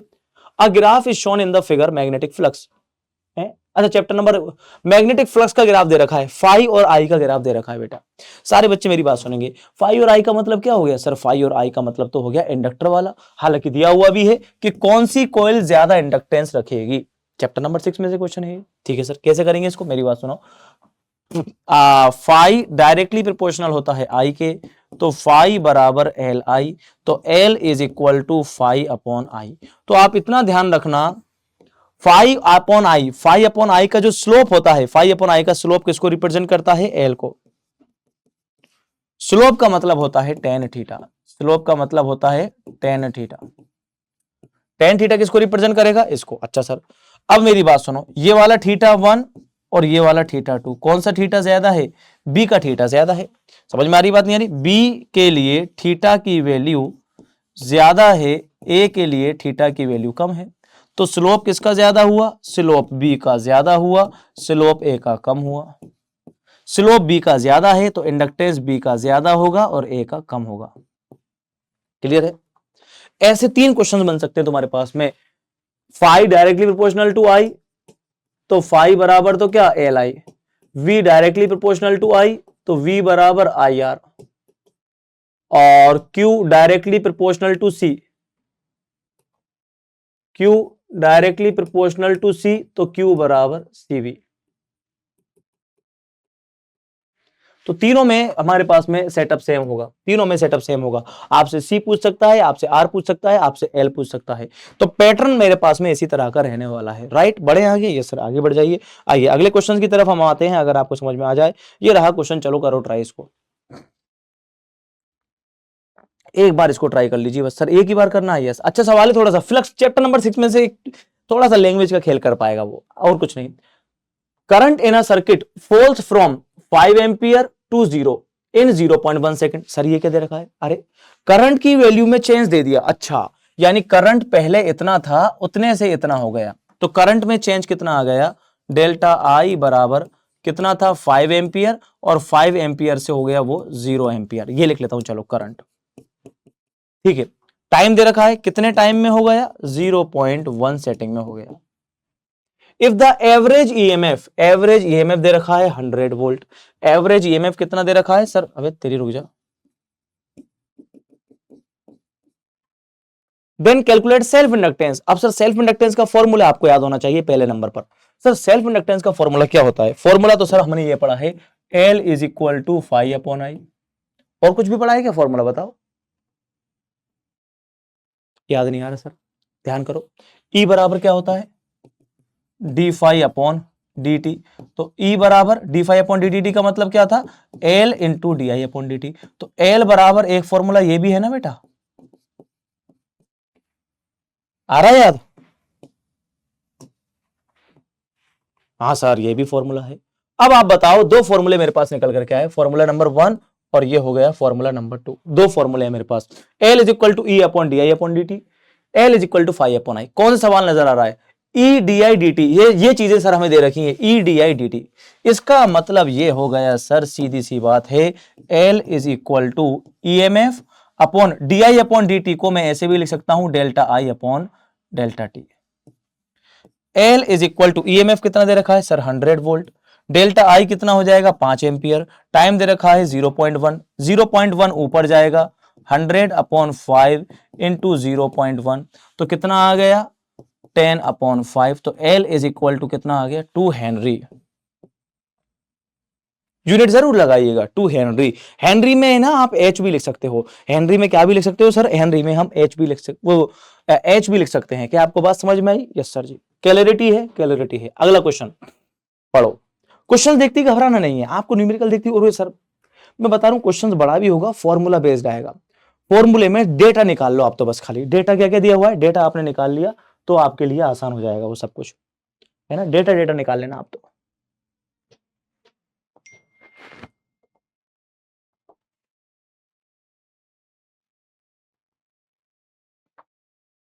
बोलो। अच्छा, अरे यार लाइव की आदत पड़ी हुई है भाई यार। चलें आगे। यस सर जी, कितने मिनट की होगी? 46 मिनट की होगी। अभी तो बहुत क्वेश्चंस करने हैं। आ 2 metre long straight horizontal conductor, एक हॉरिजॉन्टल कंडक्टर है जिसकी लेंथ कितनी दे रखी है सर? लेंथ दे रखी है हमारे को 2 मीटर। ईस्ट से वेस्ट डायरेक्शन में फॉल हो रहा है, यानी नीचे की तरफ गिर रहा है, perpendicular to the horizontal component of the earth in the magnetic field. Earth का एक मैग्नेटिक फील्ड है, मैग्नेटिक फील्ड कितना दे रखा है sir? B is equal to 0.3 into 10⁻⁻⁴ tesla. With the speed, speed दे रखी है सर, कितनी दे रखी है? 5 मीटर पर second. Calculate instantaneous value of the induced EMF force, electromotive force between the end of the coil. अब तुम्हें लगेगा यार इलेक्ट्रोमोटिव फोर्स, अबे इंड्यूस्ड ईएमएफ ही तो पूछ रहा है। ये बिलीव वाला सिस्टम हो गया। इमोशनल ईएमएफ बराबर बिलीव, याद है? इमोशनल ईएमएफ बराबर बिलीव। अब इसमें एक चीज याद रख लेना आप मेरे कहने से, ये केवल तभी अप्लाई होगा जब तीनों क्या होने चाहिए? परपेंडिकुलर। परपेंडिकुलर होंगे तो ये फॉर्मूला लगाएंगे। अगर इनमें से कोई भी चीज पैरेलल आ जाती है, पैरेलल के लिए इंड्यूस्ड ईएमएफ कितना हो जाएगा? 0 हो जाएगा। आंख बंद करके इंड्यूस्ड ईएमएफ कितना हो जाएगा सर? 0 हो जाएगा। आंख बंद करके सर, खोल के, कैसे भी मतलब, खोलना चाहो तो खोल लेना, बंद करना चाहो तो बंद कर लेना, कोई भी दिक्कत वाली बात उसमें नहीं है। राइट। चैप्टर नंबर 6 के क्वेश्चन है। चैप्टर नंबर 7 पर आते हैं। आइए, हमारे पास है इन an alternating circuit is applied voltage. Voltage कितना दे रखा है सर? 220 वोल्ट। आर इतना दे रखा है, एक्सएल बराबर एक्सी। तो मैं ये जानता हूं जब एक्सएल बराबर एक्सी होता है उस सिचुएशन में क्या होता है? जब एक्सएल बराबर एक्सी है तो वो रेजोनेंस कंडीशन कहलाती है। Root mean square value of voltage. ओहो सर जी, सबसे पहले डेटा लिख लो। In the alternating current voltage 220। 220 का मतलब मैंने आपको बताया, 220 का मतलब होता है रूट मीन स्क्वायर वैल्यू।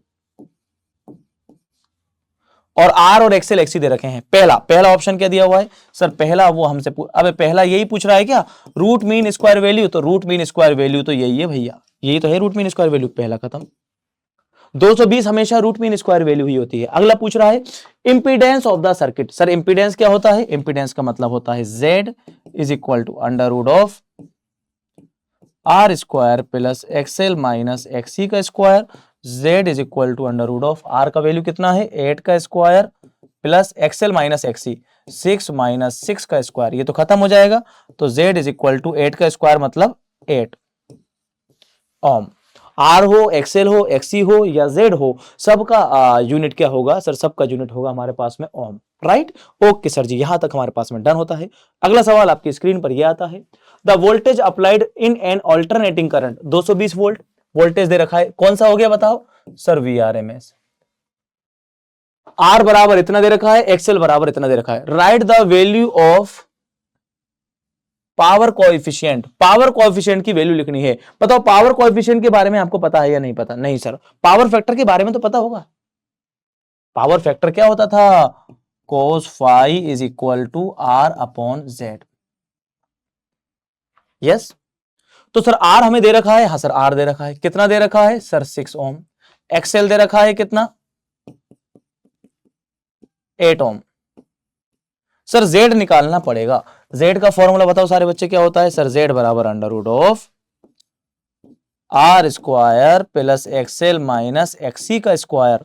लेकिन सर एक्सी तो दे ही नहीं रखा, एक्सी नहीं दे रखा तो मैं फॉर्मूला लगाऊंगा आर स्क्वायर प्लस एक्सएल का स्क्वायर। बस एक्सी नहीं है तो छोड़ो ना उसको, जो क्लास में पढ़ने नहीं आ रहा है थोड़ी सर वो तो आया नहीं, मैं पढ़ूंगा नहीं। अबे तू क्यों नहीं पढ़ेगा? तू तो पढ़ ना। 6 का स्क्वायर 36, 8 का स्क्वायर 64, 36 64। जेड बराबर कितना आ जाएगा बेटा? 10 ओम। रूट वूट निकाल के आ जाएगा ना 10 ohm. Clear? cos five, cos five बराबर आर अपॉन जेड। आर कितना है सर? 6 ओम अपॉन 10 ओम, तो 3/5 ओम। कितना आ गया ये? 3/5 ओम आ गया, राइट? कितना आया बोलो सर? 3/5 ओम। कर पाओगे आप? यस सर हम कर पाएंगे। कौन दिक्कत वाली बात? नहीं सर कौन दिक्कत वाली बात ना है। आइए आगे बढ़ते हैं। ये कौन सा आ गया? ट्रांसफॉर्मर वाला क्वेश्चन से। चलो ये करके बताओ। फॉर्मूला में लिख देता हूं आपके लिए। Number of turns directly proportional to voltage is inversely proportional to the current. इसको हम लिख सकते हैं N1 upon N2 is equal to V1 upon V2 is equal to I2 upon I1।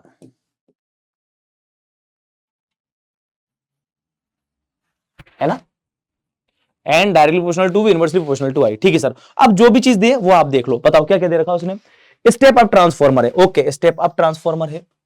Converted 220 volt को कन्वर्ट कर रहा है इसके अंदर, मतलब ये हो गया V1, ये हो गया V2। Yes sir. If the number of turns in the secondary coil, secondary coil में नंबर ऑफ टर्न्स ये दे रखे हैं। प्राइमरी कॉइल में नंबर ऑफ टर्न्स पूछ रहा है, N1 आपसे पूछ रहा है। बोलो कौन सा फॉर्मूला लगाओगे? N1 V1। Sir N1 upon N2 is equal to V1 upon V2। N1 is equal to V1 upon V2 into में N2 निकाल देंगे। Yes sir. तो नंबर ऑफ टर्न्स कितने होंगे सर? V1। V1 का मतलब कितना हो गया? 220। V2 का मतलब 1100 और N2 का मतलब सर 800। 1020 1020। अरे ये भी कट जाएगा, ठीक है बहुत बढ़िया। 11 कम 11, 11 दूना 22, 20 20 इंटू 8 कितना आ रहा है? 8 दूनी 16, 160। अब आप देखना एक बार, आपको आंसर ले आओगे ना तो पता चल जाना चाहिए कौन सा ट्रांसफॉर्मर है। Step up. स्टेप अप का मतलब number of turns second coil में ज्यादा होने चाहिए। क्या सेकंड कॉइल में ज्यादा टर्न्स आ रहे हैं? यस। 800। प्राइमरी कॉइल में कम टर्न्स है। तो इससे भी आपको क्या लग जाएगा? आइडिया लग जाएगा कि किसमें नंबर ऑफ टर्न्स कम है, किसमें नंबर ऑफ टर्न्स ज्यादा है। कर पाओगे या नहीं कर पाओगे? बढ़े आगे, आगे बढ़ जाओ सर।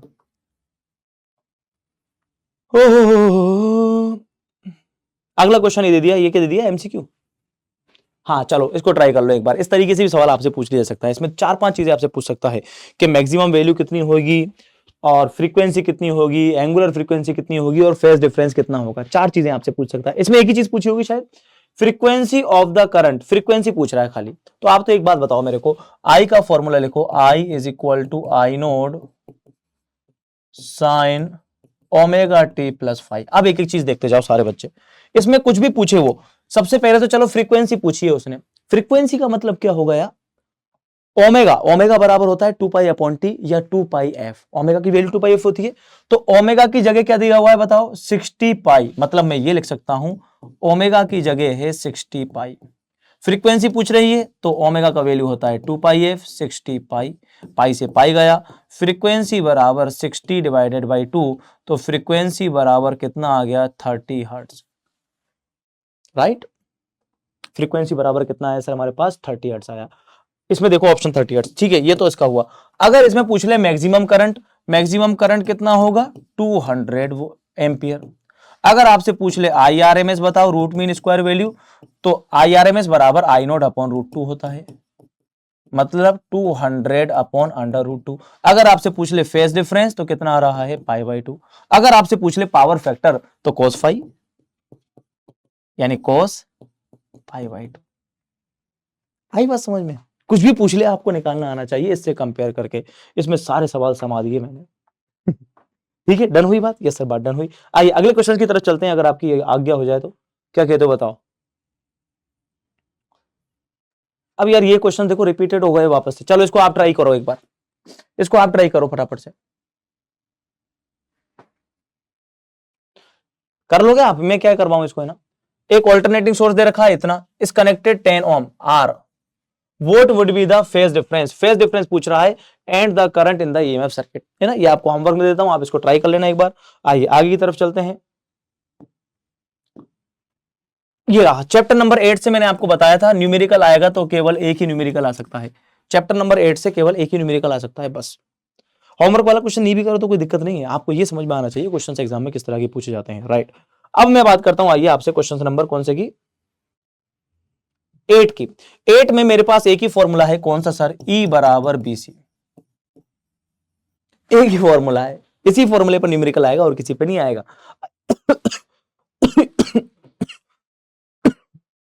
इसमें वो क्या करेगा, E की वैल्यू दे देगा, B की पूछ लेगा, या B की दे देगा, E की पूछ लेगा, बस इतना करता है।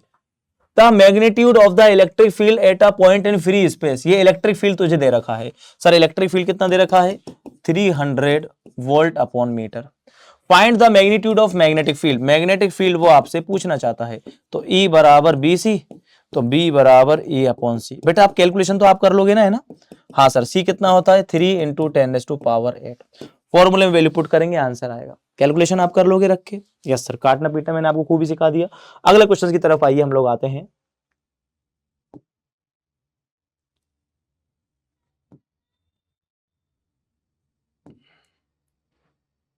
चलो ये वाला लेते हैं पहले। ये क्वेश्चन मैंने आपको शायद पहले भी बताया, वापस बताता हूं ना, क्योंकि इस क्वेश्चन में सब चीज आ जाती है। एक क्वेश्चन तो मिरर फॉर्मूला पे इस तरीके से आता ही है, ठीक है। मिरर फॉर्मूला के मैंने आपको पहले बताया, कुछ चीजें आपको जो याद रखनी है वापस से सुन लीजिए, जो याद रखने की चीजें हैं। यस सर जी, कॉनकेव और कॉन्वेक्स मिरर हो चाहे लेंस हो, कॉनकेव के लिए फोकल लेंथ आती है नेगेटिव, कॉन्वेक्स के लिए फोकल लेंथ आती है पॉजिटिव। यू तो हमेशा ही नेगेटिव आएगा, दोनों में यू कैसा आएगा? हमेशा नेगेटिव आएगा, इसमें कोई दिक्कत वाली बात नहीं है, ठीक है। आइए क्वेश्चंस पढ़ते हैं। An object is kept at a distance, एक ऑब्जेक्ट को कितनी डिस्टेंस पर रखा गया? 10 सेंटीमीटर, और ये दूसरा सवाल है 5 सेंटीमीटर, मतलब U1 दे रखा है और ये U2 दे रखा है। दो सवाल दे रखे हैं एक में। मिरर कौन सा दे रखा है? कॉनकेव। रेडियस ऑफ कर्वेचर कितनी दे रखी है? रेडियस ऑफ कर्वेचर दे रखी है 15। In each position find position, nature and magnification of the image. Position, nature और मैग्निफिकेशन फाइंड करना है। मुझे सारे बच्चे बताओ, पहला केस ले लेते हैं हम। यू कितना दे रखा है बताओ सर? 10 सेंटीमीटर। यू हमेशा किस में आएगा? माइनस में। सर रेडियस ऑफ कर्वेचर दे रखी है, कितनी दे रखी है sir? 15 centimetre. Radius of curvature के लिए मुझे फोकल लेंथ निकालनी पड़ेगी। फोकल लेंथ क्या होती है? R/2। तो F is equal to 15/2 centimetre. कौन सा मिरर है? कॉनकेव। कॉनकेव के लिए माइनस में। इमेज निकालनी है 1/f बराबर, इमेज निकालनी है तो 1/f बराबर 1/v प्लस के 1/u। मिरर फॉर्मूला 1/v बराबर 1/f माइनस 1/u। इसको इधर लाएंगे तो 1/v बराबर एलसीएम लेंगे बेटा u इंटू एफ, कितना आ जाएगा? क्रॉस मल्टीप्लाई करो, u माइनस एफ, उल्टा कर दो तो v बराबर uf upon u minus F. अब आप वैल्यू पुट करके आंसर निकालोगे, इसका निकाल पाओगे? यस सर जी। सर वैल्यू पुट करेंगे, u की वैल्यू कितनी है?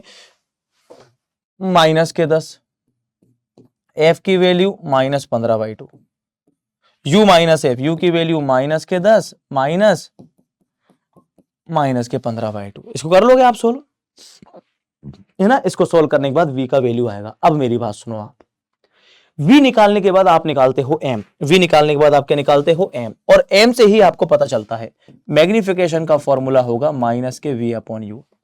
अगर मैग्निफिकेशन का वैल्यू नेगेटिव आता है तो इमेज कैसी बनेगी बताओ? रियल और इन्वर्टेड। और अगर मैग्निफिकेशन का वैल्यू पॉजिटिव आता है तो इमेज कैसी बनेगी बोलो, वर्चुअल एंड इरेक्ट। आगे बात समझ में। और मैग्निफिकेशन का मैग्नीट्यूड अगर 1 के बराबर आता है तो इमेज बनती है सेम साइज की। मैग्निफिकेशन का मैग्नीट्यूड अगर 1 से बड़ा आता है तो इमेज बनती है लार्ज। और मैग्निफिकेशन का मैग्नीट्यूड अगर 1 से छोटा आता है तो इमेज बनती है स्मॉल। मैग्निफिकेशन का वैल्यू 1 छोटा है तो इमेज कैसी बनेगी सर, इमेज बनती है स्मॉल। बस इतना सा आपको ध्यान रखना है। मैं उम्मीद करता हूं आप लोग इसको आसानी से कर दोगे। यस, अगला क्वेश्चन लियो। मिरर फॉर्मूला और फोकल लेंथ पर सवाल कर लिया।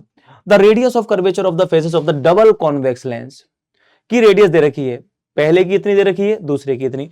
सर डबल कॉन्वेक्स का मतलब इसी को बोलते हैं डबल कॉन्वेक्स। अब इसमें आपको एक चीज ध्यान रखनी है, इधर वाली रेडियस पॉजिटिव में और इधर वाली रेडियस नेगेटिव में। पहली रेडियस पॉजिटिव में आएगी, इसका मतलब R1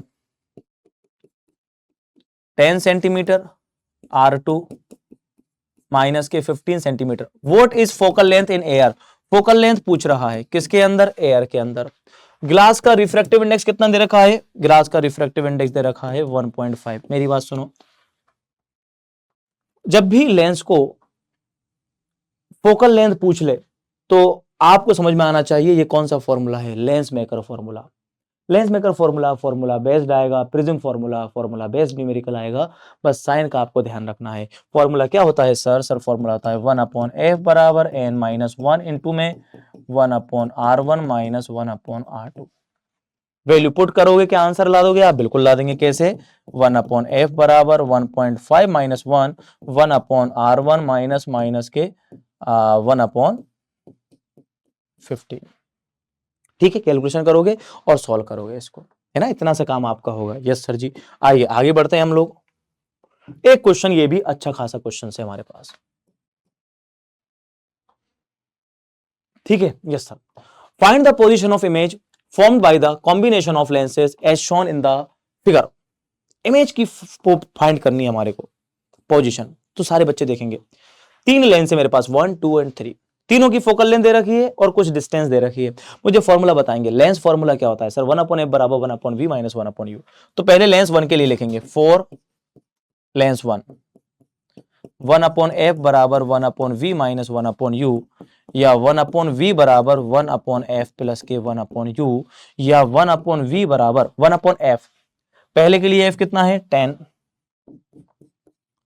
plus 1/u। u sir हमेशा किस में आएगा? माइनस में। लेंस किस साइड है तो माइनस में, माइनस का 30। तो 1/v बराबर 1/10 माइनस का 1/30। तो 1/v बराबर एलसीएम लेंगे कितना आएगा? 30। 10 से डिवाइड करेंगे 3 माइनस 1। तो 1/v बराबर 30 माइनस 10 आ जाएगा ना, 3 माइनस 1, 3 माइनस 1 आ गया तो 2/30। सर 2/30 का मतलब 30/2, तो v इज इक्वल टू आ गया 15 सेंटीमीटर। पहले लेंस से जो इमेज बनेगी वो कितनी डिस्टेंस पर बनेगी? 15 सेंटीमीटर। वैल्यू कैसे आ रही है? प्लस में, मतलब पहले लेंस से जो इमेज बन रही है वो कहीं यहां पर बनेगी 15 सेंटीमीटर पर। आगे बस समझ में। अब इस वाले केस में u केवल पॉजिटिव आएगा बेटा, इस वाले केस में u पॉजिटिव आएगा। सर ऐसे कैसे? आप खुद देखो, पहले लेंस से जो इमेज बनती है वो दूसरे लेंस के लिए किसका काम करती है? ऑब्जेक्ट का काम करती है।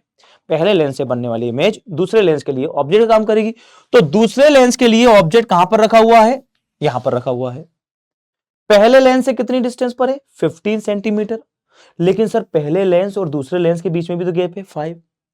तो दूसरे लेंस के लिए 4L2। दूसरे लेंस के लिए ऑब्जेक्ट की डिस्टेंस u कितनी होगी बताओ? सर 15 नहीं, 15 नहीं होगी। 15 में से ये वाली डिस्टेंस माइनस करनी पड़ेगी, कितनी है? 5। तो u बराबर कितना आ गया? 10। इस बार u पॉजिटिव होगा, ये ध्यान रखना है, क्योंकि इस साइड आ रही है। हरी बात समझ में? Okay sir.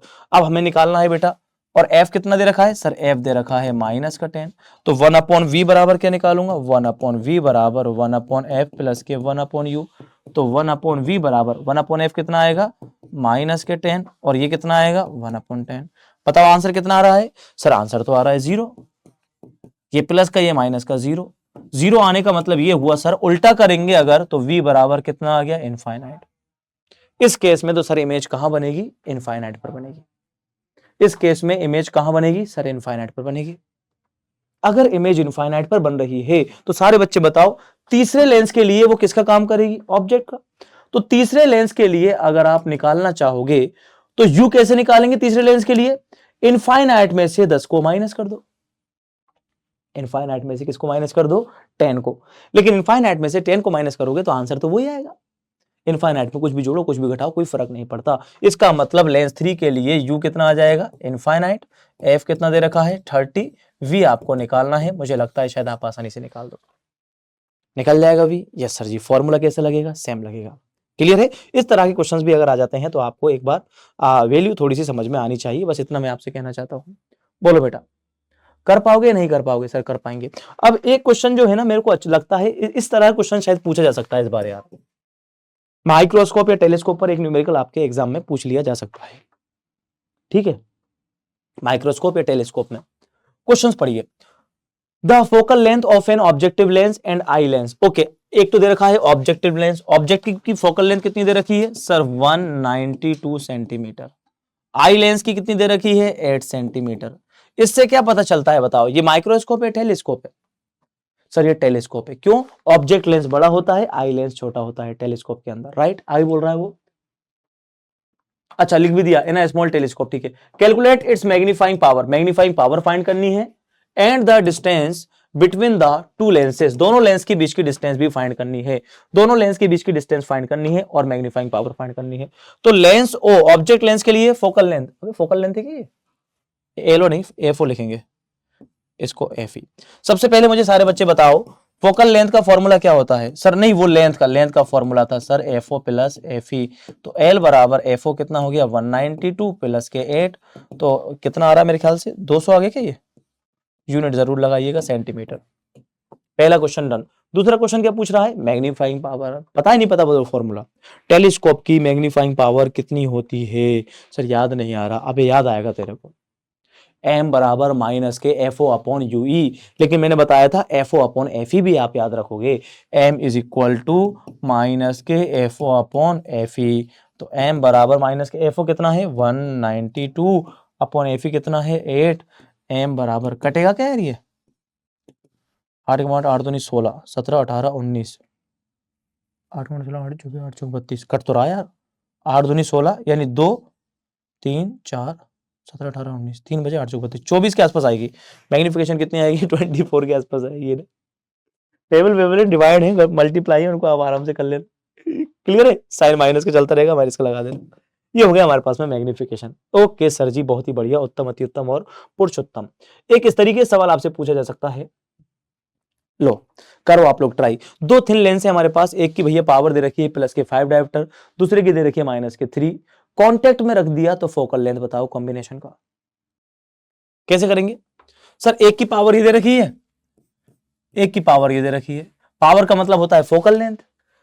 पहले की प्लस में है, प्लस का मतलब क्या होता है, प्लस का मतलब है सर कॉन्वेक्स, ये है कॉनकेव, मतलब दो लेंस रखे हुए हैं। ओके सर, अब अगर मैं आपसे बात करूं कॉम्बिनेशन ऑफ थिन लेंस में, सर पावर का फॉर्मूला था P1 प्लस के P2, तो सर पावर का फॉर्मूला हुआ 5 डायोप्टर माइनस के 3 डायोप्टर, तो पावर का फॉर्मूला हो गया सर 2 डायोप्टर।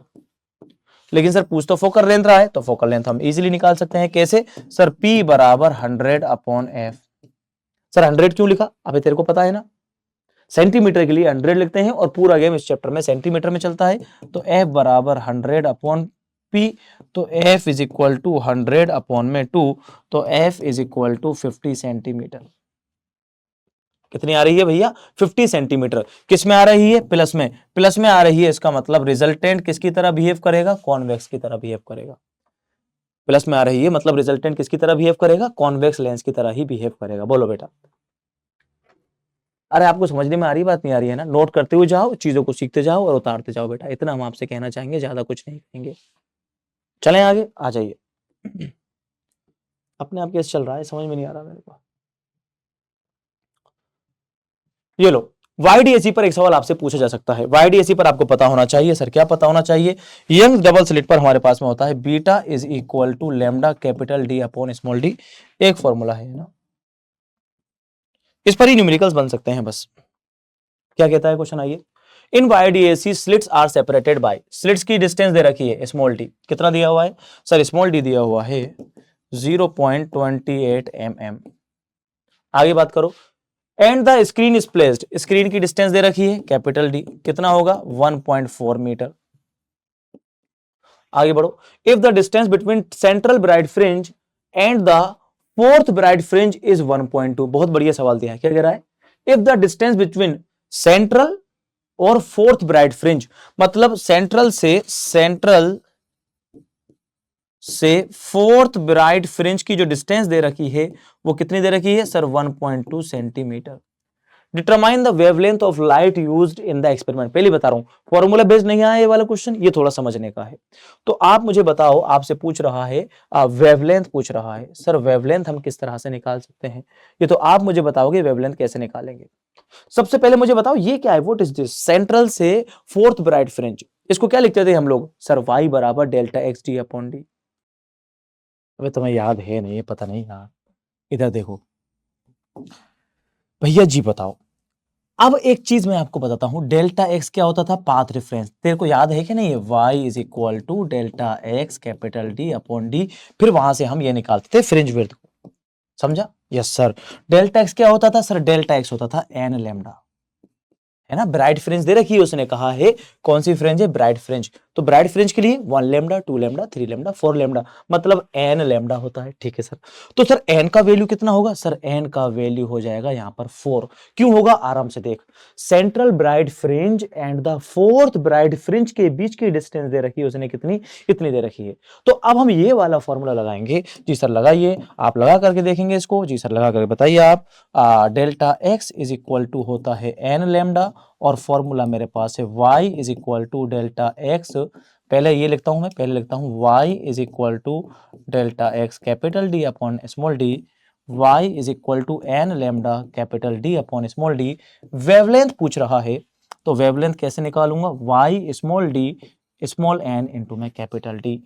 क्या y दे रखा है आपको, यस सर y दे रखा है हमारे को, ये रहा 1.2 है ना, y is equal to 1.2 centimetre, centimetre को मीटर में कन्वर्ट करेंगे 1.2 इंटू 10⁻⁻², इसको हाँ ठीक है, ये कन्वर्ट हो गया, ठीक है, इसको मिलीमीटर को कन्वर्ट कर लो 0.28 into 10⁻³ metre. Small D capital D Y और एन सबकी वैल्यू दे रखी है, वैल्यू पुट करेंगे और आंसर निकाल देंगे। एक दो क्वेश्चंस कभी कभार इस तरह से वो दे देता है जहां हमें हल्का फुल्का दिमाग लगाने की जरूरत पड़ती है, बाकी ज्यादातर केस में आपको दिमाग लगाने की जरूरत नहीं पड़ेगी, फिर भी पड़ जाए तो आप एक बार देखेंगे, राइट, ओके सर। अगले क्वेश्चन पर चलते हैं, आइए। हाँ, एक क्वेश्चन रेशो वाला आ जाता है बेटा, रेशो वाला क्वेश्चन पूछा आपसे जा सकता है, ठीक है सर। क्या बोल रहा है, इन वाईडी एक्सपेरिमेंट रेशो ऑफ विड्थ दे दिया, ज्यादातर केस में आपको रेशो ऑफ एम्पलीट्यूड देता है, रेशो ऑफ इंटेंसिटी, यहां दे रखा है ratio of width of the slit. तो यहां से आप एक चीज नोटिस करना, रेशो ऑफ विड्थ जो होता है वो इंटेंसिटी के रेशो के बराबर होता है, ratio of width is equal to ratio of intensity, यानी विड्थ का रेशो अगर 3:2 दे रखा है, इसका मतलब ये I1 और I2 का रेशो है। कभी कभार तो I1 और I2 देता है नॉर्मल क्वेश्चंस में, तो इसमें दे दिया उसने I1 ratio I2 is equal to 3:2, इसका मतलब मैं कह दूं I1 upon I2 is equal to 3/2। अब देखते हैं पूछ क्या रहा है वो, find the ratio of the maximum intensity and dark intensity, यानी मैक्सिमम और मिनिमम का पूछ रहा है, I maximum upon I minimum. अब आपको फॉर्मूला पता होना चाहिए, इसमें क्या होता है, under root of I1 upon I2 plus 1 का स्क्वायर, ये होता है मैक्सिमम का, और under root of I1 upon I2 minus 1 का स्क्वायर, ये होता है मिनिमम का। मैक्सिमम का कितना होता है sir, under root of I1 plus I2 का स्क्वायर, मिनिमम का कितना होता है, under root of I1 minus I2 का square. Sir under root I1 I2 कैसे निकालेंगे, यहां से निकाल दो, under root I1 I2 is equal to under root 3/2, value put करेंगे, कैलकुलेशन रख के हमारे पास में आसानी से सॉल्व आएगा, है ना, समझ में आ रही बात, ये सर बात समझ में आ रही है। अगले क्वेश्चन की तरफ चलते हैं, इसी के साथ हम आपके पास आ जाइए, ये रहा एक और क्वेश्चन, चलो इसको आप लोग ट्राई कर लीजिए फटाफट से, कितना आ रहा है इसका। The wavelength of emitted by a light source in vacuum, vacuum में कोई लाइट सेट्स को हमने फेंका, ठीक है सर जी, वेवलेंथ दे रखी है हमारे को, lambda is equal to 6400 angstrom. If the refractive index of water, ओए होए बहुत ही बढ़िया, वाटर का रिफ्रैक्टिव इंडेक्स दे रखा है 4/3। Calculate the wavelength of light in water. मेरे बेटा मेरी बात सुन ले, वेवलेंथ अगर किसी मीडियम में पूछता है तो उसका फॉर्मूला होता है lambda upon N. Lambda upon N, water में वेवलेंथ निकालनी है 6400 एंगस्ट्रॉम। एंगस्ट्रॉम की जगह तुम चाहो एंगस्ट्रॉम की जगह एंगस्ट्रॉम ही लिख लो, कोई दिक्कत नहीं है, अपॉन में 4/3। तो लैम्डा डैश बराबर 6400 अपॉन 4/3 आ जाता है ऊपर। ये हुआ 16 चौक 64, तो 16 तिया 48। यूनिट जरूर लगा देना 4800 एंगस्ट्रॉम। कैलकुलेशन तो मुझे लगता है आप कर लोगे, है ना, कैलकुलेशन तो ईजी है ना, कैलकुलेशन तो क्या रहेगी सर, इजी रहेगी। आइए अगले क्वेश्चन की तरफ चलते हैं। जी सर चल जाइए अगले क्वेश्चन पर, मजा ही आ जाएगा। एक क्वेश्चन ये रहा हमारे पास में, डी ब्रोगली वेवलेंथ। चलो करो इसको, मोमेंटम और de Broglie wavelength. Matter wave में से सवाल आ जाता है इसका। तुम चाहो तो मैं अगर आपको एक बार में फॉर्मूला दे दूं तो वो भी मैं आपके लिए दे सकता हूं बिना किसी टेंशन के। कैसे सर? इधर आओ, इधर फॉर्मूला टेक देता हूं, पूरा का पूरा formula. Lambda is equal to H upon P, P नहीं हो तो √2mE या h अपॉन mv या फिर h upon √2m q into में v। ये वाला v वोल्टेज है। और इलेक्ट्रॉन के लिए याद रख लेना 12.27 अपॉन में √v एंगस्ट्रॉम। अब क्वेश्चन कह रहा है वोल्टेज दे रखा है sir, electron is accelerated by 64 voltage. मतलब सर v की वैल्यू हमें दे रखी है, कितनी दे रखी है सर? 64 वोल्टेज दे रखी है। तो मोमेंटम में मोमेंटम कैलकुलेट करवाना चाहता है। अब बताओ वोल्टेज दे रखा है तो मोमेंटम कैसे फाइंड करेंगे? और चार्ज क्या दे रखा है? इलेक्ट्रॉन। कौन सा फॉर्मूला लगाओगे मोमेंटम के लिए? सर मोमेंटम का फॉर्मूला तो ये रहा, P बराबर √2mE, P बराबर मास इंटू वेलोसिटी, P बराबर √2 मास चार्ज और वोल्टेज। मतलब फॉर्मूला लगाऊंगा मैं P बराबर √2mQ इंटू में V। अब m कितना होता है ये आपको पता होना चाहिए। बताओ मास ऑफ इलेक्ट्रॉन कितना होता है? 9.1 इंटू 10⁻⁻31 किलोग्राम। इलेक्ट्रॉन पर चार्ज कितना होता है? 1.6। v कितना दे रखा है सर? v दे रखा है कितना? 64। और ये सारी वैल्यू पुट करने के बाद क्या हम मोमेंटम निकाल देंगे? Yes sir. और मोमेंटम जैसी आ जाएगा तो लैम्डा इज इक्वल टू कितना आ जाएगा? h upon P. h upon P आई बस समझ में, lambda is equal to h upon P. या फिर lambda is equal to h, ये इससे भी निकाल सकते हो 12.27 अपॉन में √v। ठीक है, 12.27 अपॉन में √v। यहां से भी हम वेवलेंथ निकाल सकते हैं। फॉर्मूला अगर आ गया तो आप लोग इजीली यूज कर लोगे उसका। अगर आपको फॉर्मूला आ गया, कहां चला गया? अगर आपको फॉर्मूला आ गया तो मुझे लगता है आप इजीली यूज कर लोगे। बोलो चलें आगे? सर चल जाओ, बोलो।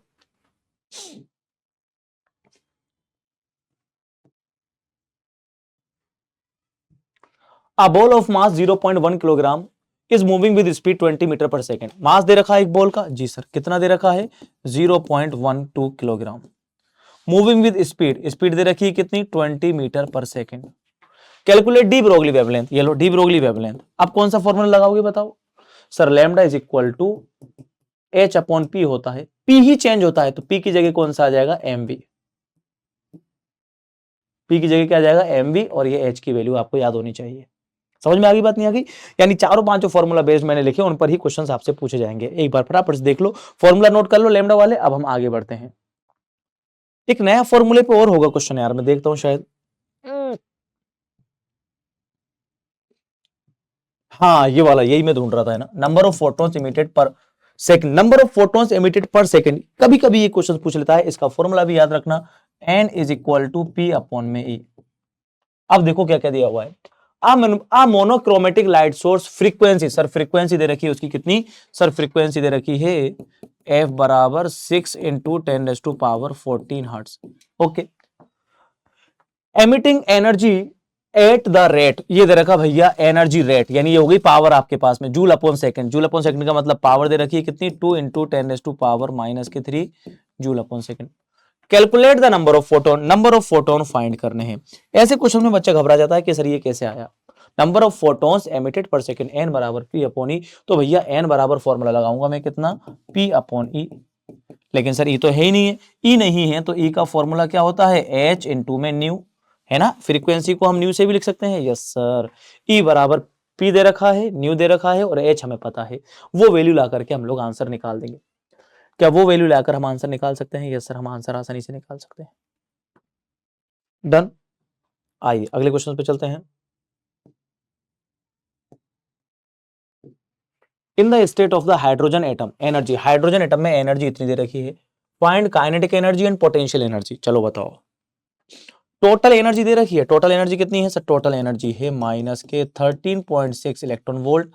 काइनेटिक एनर्जी आपसे पूछना चाहता है, आपसे पोटेंशियल एनर्जी पूछना चाहता है। बताओ कैसे निकालोगे काइनेटिक एनर्जी और पोटेंशियल एनर्जी? सबसे पहली चीज मैंने आपको सिखाया, काइनेटिक एनर्जी किसके बराबर होती है? टोटल एनर्जी के बराबर, बट प्लस में हो जाएगी। और पोटेंशियल एनर्जी कितनी होती है? 2 गुना होती है टोटल एनर्जी के, मतलब 2 इंटू 13.6। कितना आ रहा है बताओ मेरे को, सोल्व करके फटाफट। दुगना हो जाएगी 13.6 के, 13 दूना 26, 6 दूनी 18, जो भी आएगा शायद 6 दूनी 6 गुना 6 दूनी 6 दूनी 12, 6 दूनी 18 नहीं, 6 दूनी 12, 27.2, 13 दूना 26 और 27, 27.2। ये भी माइनस में आती है, पोटेंशियल एनर्जी भी माइनस में, टोटल एनर्जी भी माइनस में। बस काइनेटिक एनर्जी हमारी किस में आती है सर? सर काइनेटिक एनर्जी आती है हमारी प्लस में, राइट। आगे बढ़ जाए बोलो, अगर आप कह दो तो। स्क्रीनशॉट लो, स्क्रीनशॉट ले लो, लेते जाओ स्क्रीनशॉट फटाफट से, है ना। अगले question, how much energy required, how much energy required to excite a hydrogen atom from its ground state, ground state के लिए n बराबर 1 to second excited state. Second excited state का मतलब होता है n बराबर 3, है ना। ग्राउंड स्टेट से कहां पर पहुंचा रहे हैं हम? सेकेंड एक्साइटेड स्टेट तक पहुंचा रहे हैं। तो बताओ कैसे निकालेंगे फॉर्मूला? सेकेंड तुम्हें मैंने याद करवा रखी है शायद। E1 कितना था बताओ? माइनस के 13.6। E2 कितना था बोलो? माइनस के 3.4। E3 कितना था? तीसरी पूछ रहा है कि हाँ, माइनस के 1.51। तो हम एनर्जी निकालेंगे कौन से वाले फॉर्मूले से? माइनस के 13.6। E1 निकालेंगे minus 13.6 Z square upon N square, कितना आ जाएगा? माइनस 13.6। E3 निकालेंगे, कितना आएगा? Minus 13.6 Z square upon N square, कितना आ जाएगा तीसरे का? माइनस के 1.51। टोटल एनर्जी पूछ रहा है तो डेल्टा ई बराबर इसमें से इसको माइनस कर देंगे, माइनस के 1.51 माइनस के 13.6 माइनस के 1.51 प्लस के 13.6, इसको इसमें से माइनस करो, कितना आएगा? 12 पॉइंट आ रहा है समथिंग, है ना। 12.10 या 12.9 आएगा। 13.6 में से ये जाएंगे माइनस, ये माइनस का है, 13.6 प्लस के और ये माइनस के, तो शायद 12.09 के आसपास आंसर आएगा इसका। हाँ, है ना, इसी के आसपास देख लेना एक बार आंसर, जो भी एनर्जी का वैल्यू होगा। इस तरीके से आपसे क्वेश्चन एग्जाम में पूछ लिए जा सकते हैं, राइट। अगला क्वेश्चन आ जाओ, what is the ratio of energy from first to second excited state? First से सेकंड एक्साइटेड स्टेट में जाने के लिए एनर्जी, चलो ये रहा डायग्राम, ये रहा, बताओ कितनी आएगी। फर्स्ट से सेकंड में अगर मैं कहूं कि भैया फर्स्ट से सेकंड में भेज रहे हैं, कैसे निकालेंगे?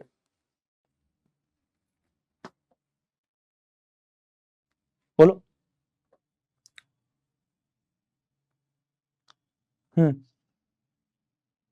कर पाओगे आप? नहीं कर पाएंगे सर, क्यों नहीं कर पाओगे? What is the ratio of energies from first to second excite state? First excite state का मतलब हो गया n बराबर 2, सेकंड का मतलब हो गया n बराबर 3। इस बार अगर रेशियो पूछ रहा है तो आप एक काम और कर सकते हो, E बराबर minus 13.6 Z square upon N square, या फिर आप लिख सकते हो E directly proportional to n square, मतलब energy of second upon energy of third is equal to n3 upon n2 का स्क्वायर। मतलब n3 कितना है? 3 अपॉन 2 का स्क्वायर, 3 का स्क्वायर 9, 2 का स्क्वायर 4। ठीक है, ओके सर।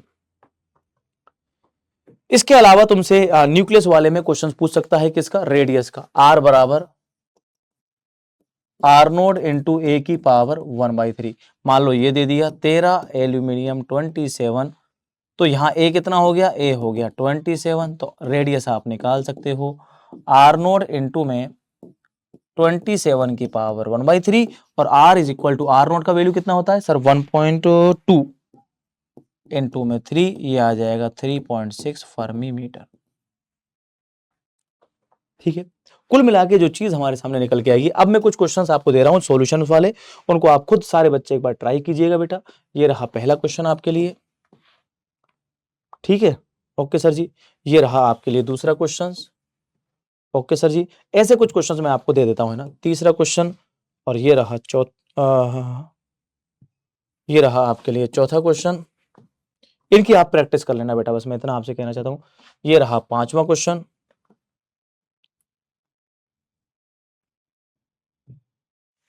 छठा क्वेश्चन, सातवां क्वेश्चन, है ना, ये आठवां क्वेश्चन, ये एन बराबर, ये नौवां क्वेश्चन मैग्नेटिक फील्ड वाला, ये इलेक्ट्रिक फ्लक्स 10वां, हाफ एल आई स्क्वायर। इस पे चांस थोड़े से कम होंगे बट एक बार फिर भी आप नजर घुमा लेना इस पर बस, ठीक है। उसके बाद मैं आपको यहाँ पर माइंड मैप्स दे रहा हूँ, राइट। यहाँ पर क्या दे रहा हूँ बेटा, मैं आपको माइंड मैप्स दे रहा हूँ, ठीक है। माइंड मैप्स दे रहा हूँ, ये मैग्नेटिज्म एंड मैटर, ठीक है, ये लो पकड़ो। आगे हम बात देते हैं इलेक्ट्रोमैग्नेटिक इंडक्शन, ठीक है। फेराडेज लॉ देख लेना इसमें, इसमें हमारे पास लेंज लॉ, दोनों हो गए। मोशनल ईएमएफ का डेरिवेशन यहाँ पर खत्म हो जाता है। उसी के साथ में सेल्फ इंडक्टेंस, सेल्फ इंडक्टेंस के साथ में रोटेटिंग मैग्नेटिक फील्ड और half B omega L square, ये हो गया म्यूचुअल इंडक्टेंस, ठीक है सर जी। आगे हम बात करते हैं ऑल्टरनेटिंग करंट। ऑल्टरनेटिंग करंट में आपको पता होगा सबसे पहले आईआरएमएस, अबे कहाँ छाप दी वो वैल्यूज, नहीं है क्या आईआरएमएस वाली, ये रही mean value, average value, average power, transformer. Transformer के साथ वोल्टेज करंट थोड़ा सा देखना है, ये चीज हमारे लिए इंपॉर्टेंट होगी, इसको आप अच्छे से करेंगे, राइट। अगला चैप्टर है हमारे पास में magnetic effect of the electric current. Magnetic effect of the electric current में मैक्सवेल की इक्वेशन है हमारे पास में, कौन सा आएगा चैप्टर नंबर 5 के अंदर। डिस्प्लेसमेंट करंट कौन से चैप्टर में है, चैप्टर नंबर 8 के अंदर। Electromagnetic waves chapter number 8। अब इसने गलत लिख दिया क्या नाम, ये तो चैप्टर नंबर 8 ही है यार, ठीक है। ये करना है और एक आपको ये याद रखना है बस, ठीक है। आ जाओ आगे बढ़ते हैं। रे ऑप्टिक्स, रे ऑप्टिक्स है ही है सर हमारे पास में।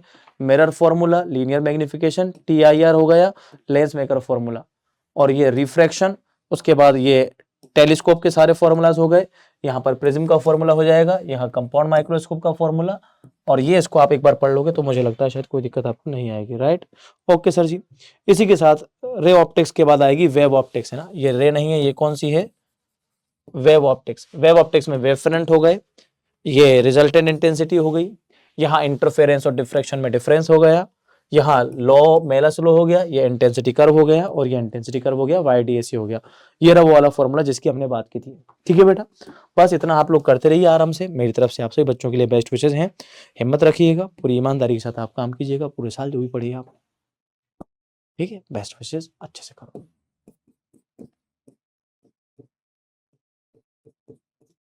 ठीक है बेटा। फोड़ के रख दीजिएगा टेंशन लिए बिना। ओके माय डियर फ्रेंड्स, चलिए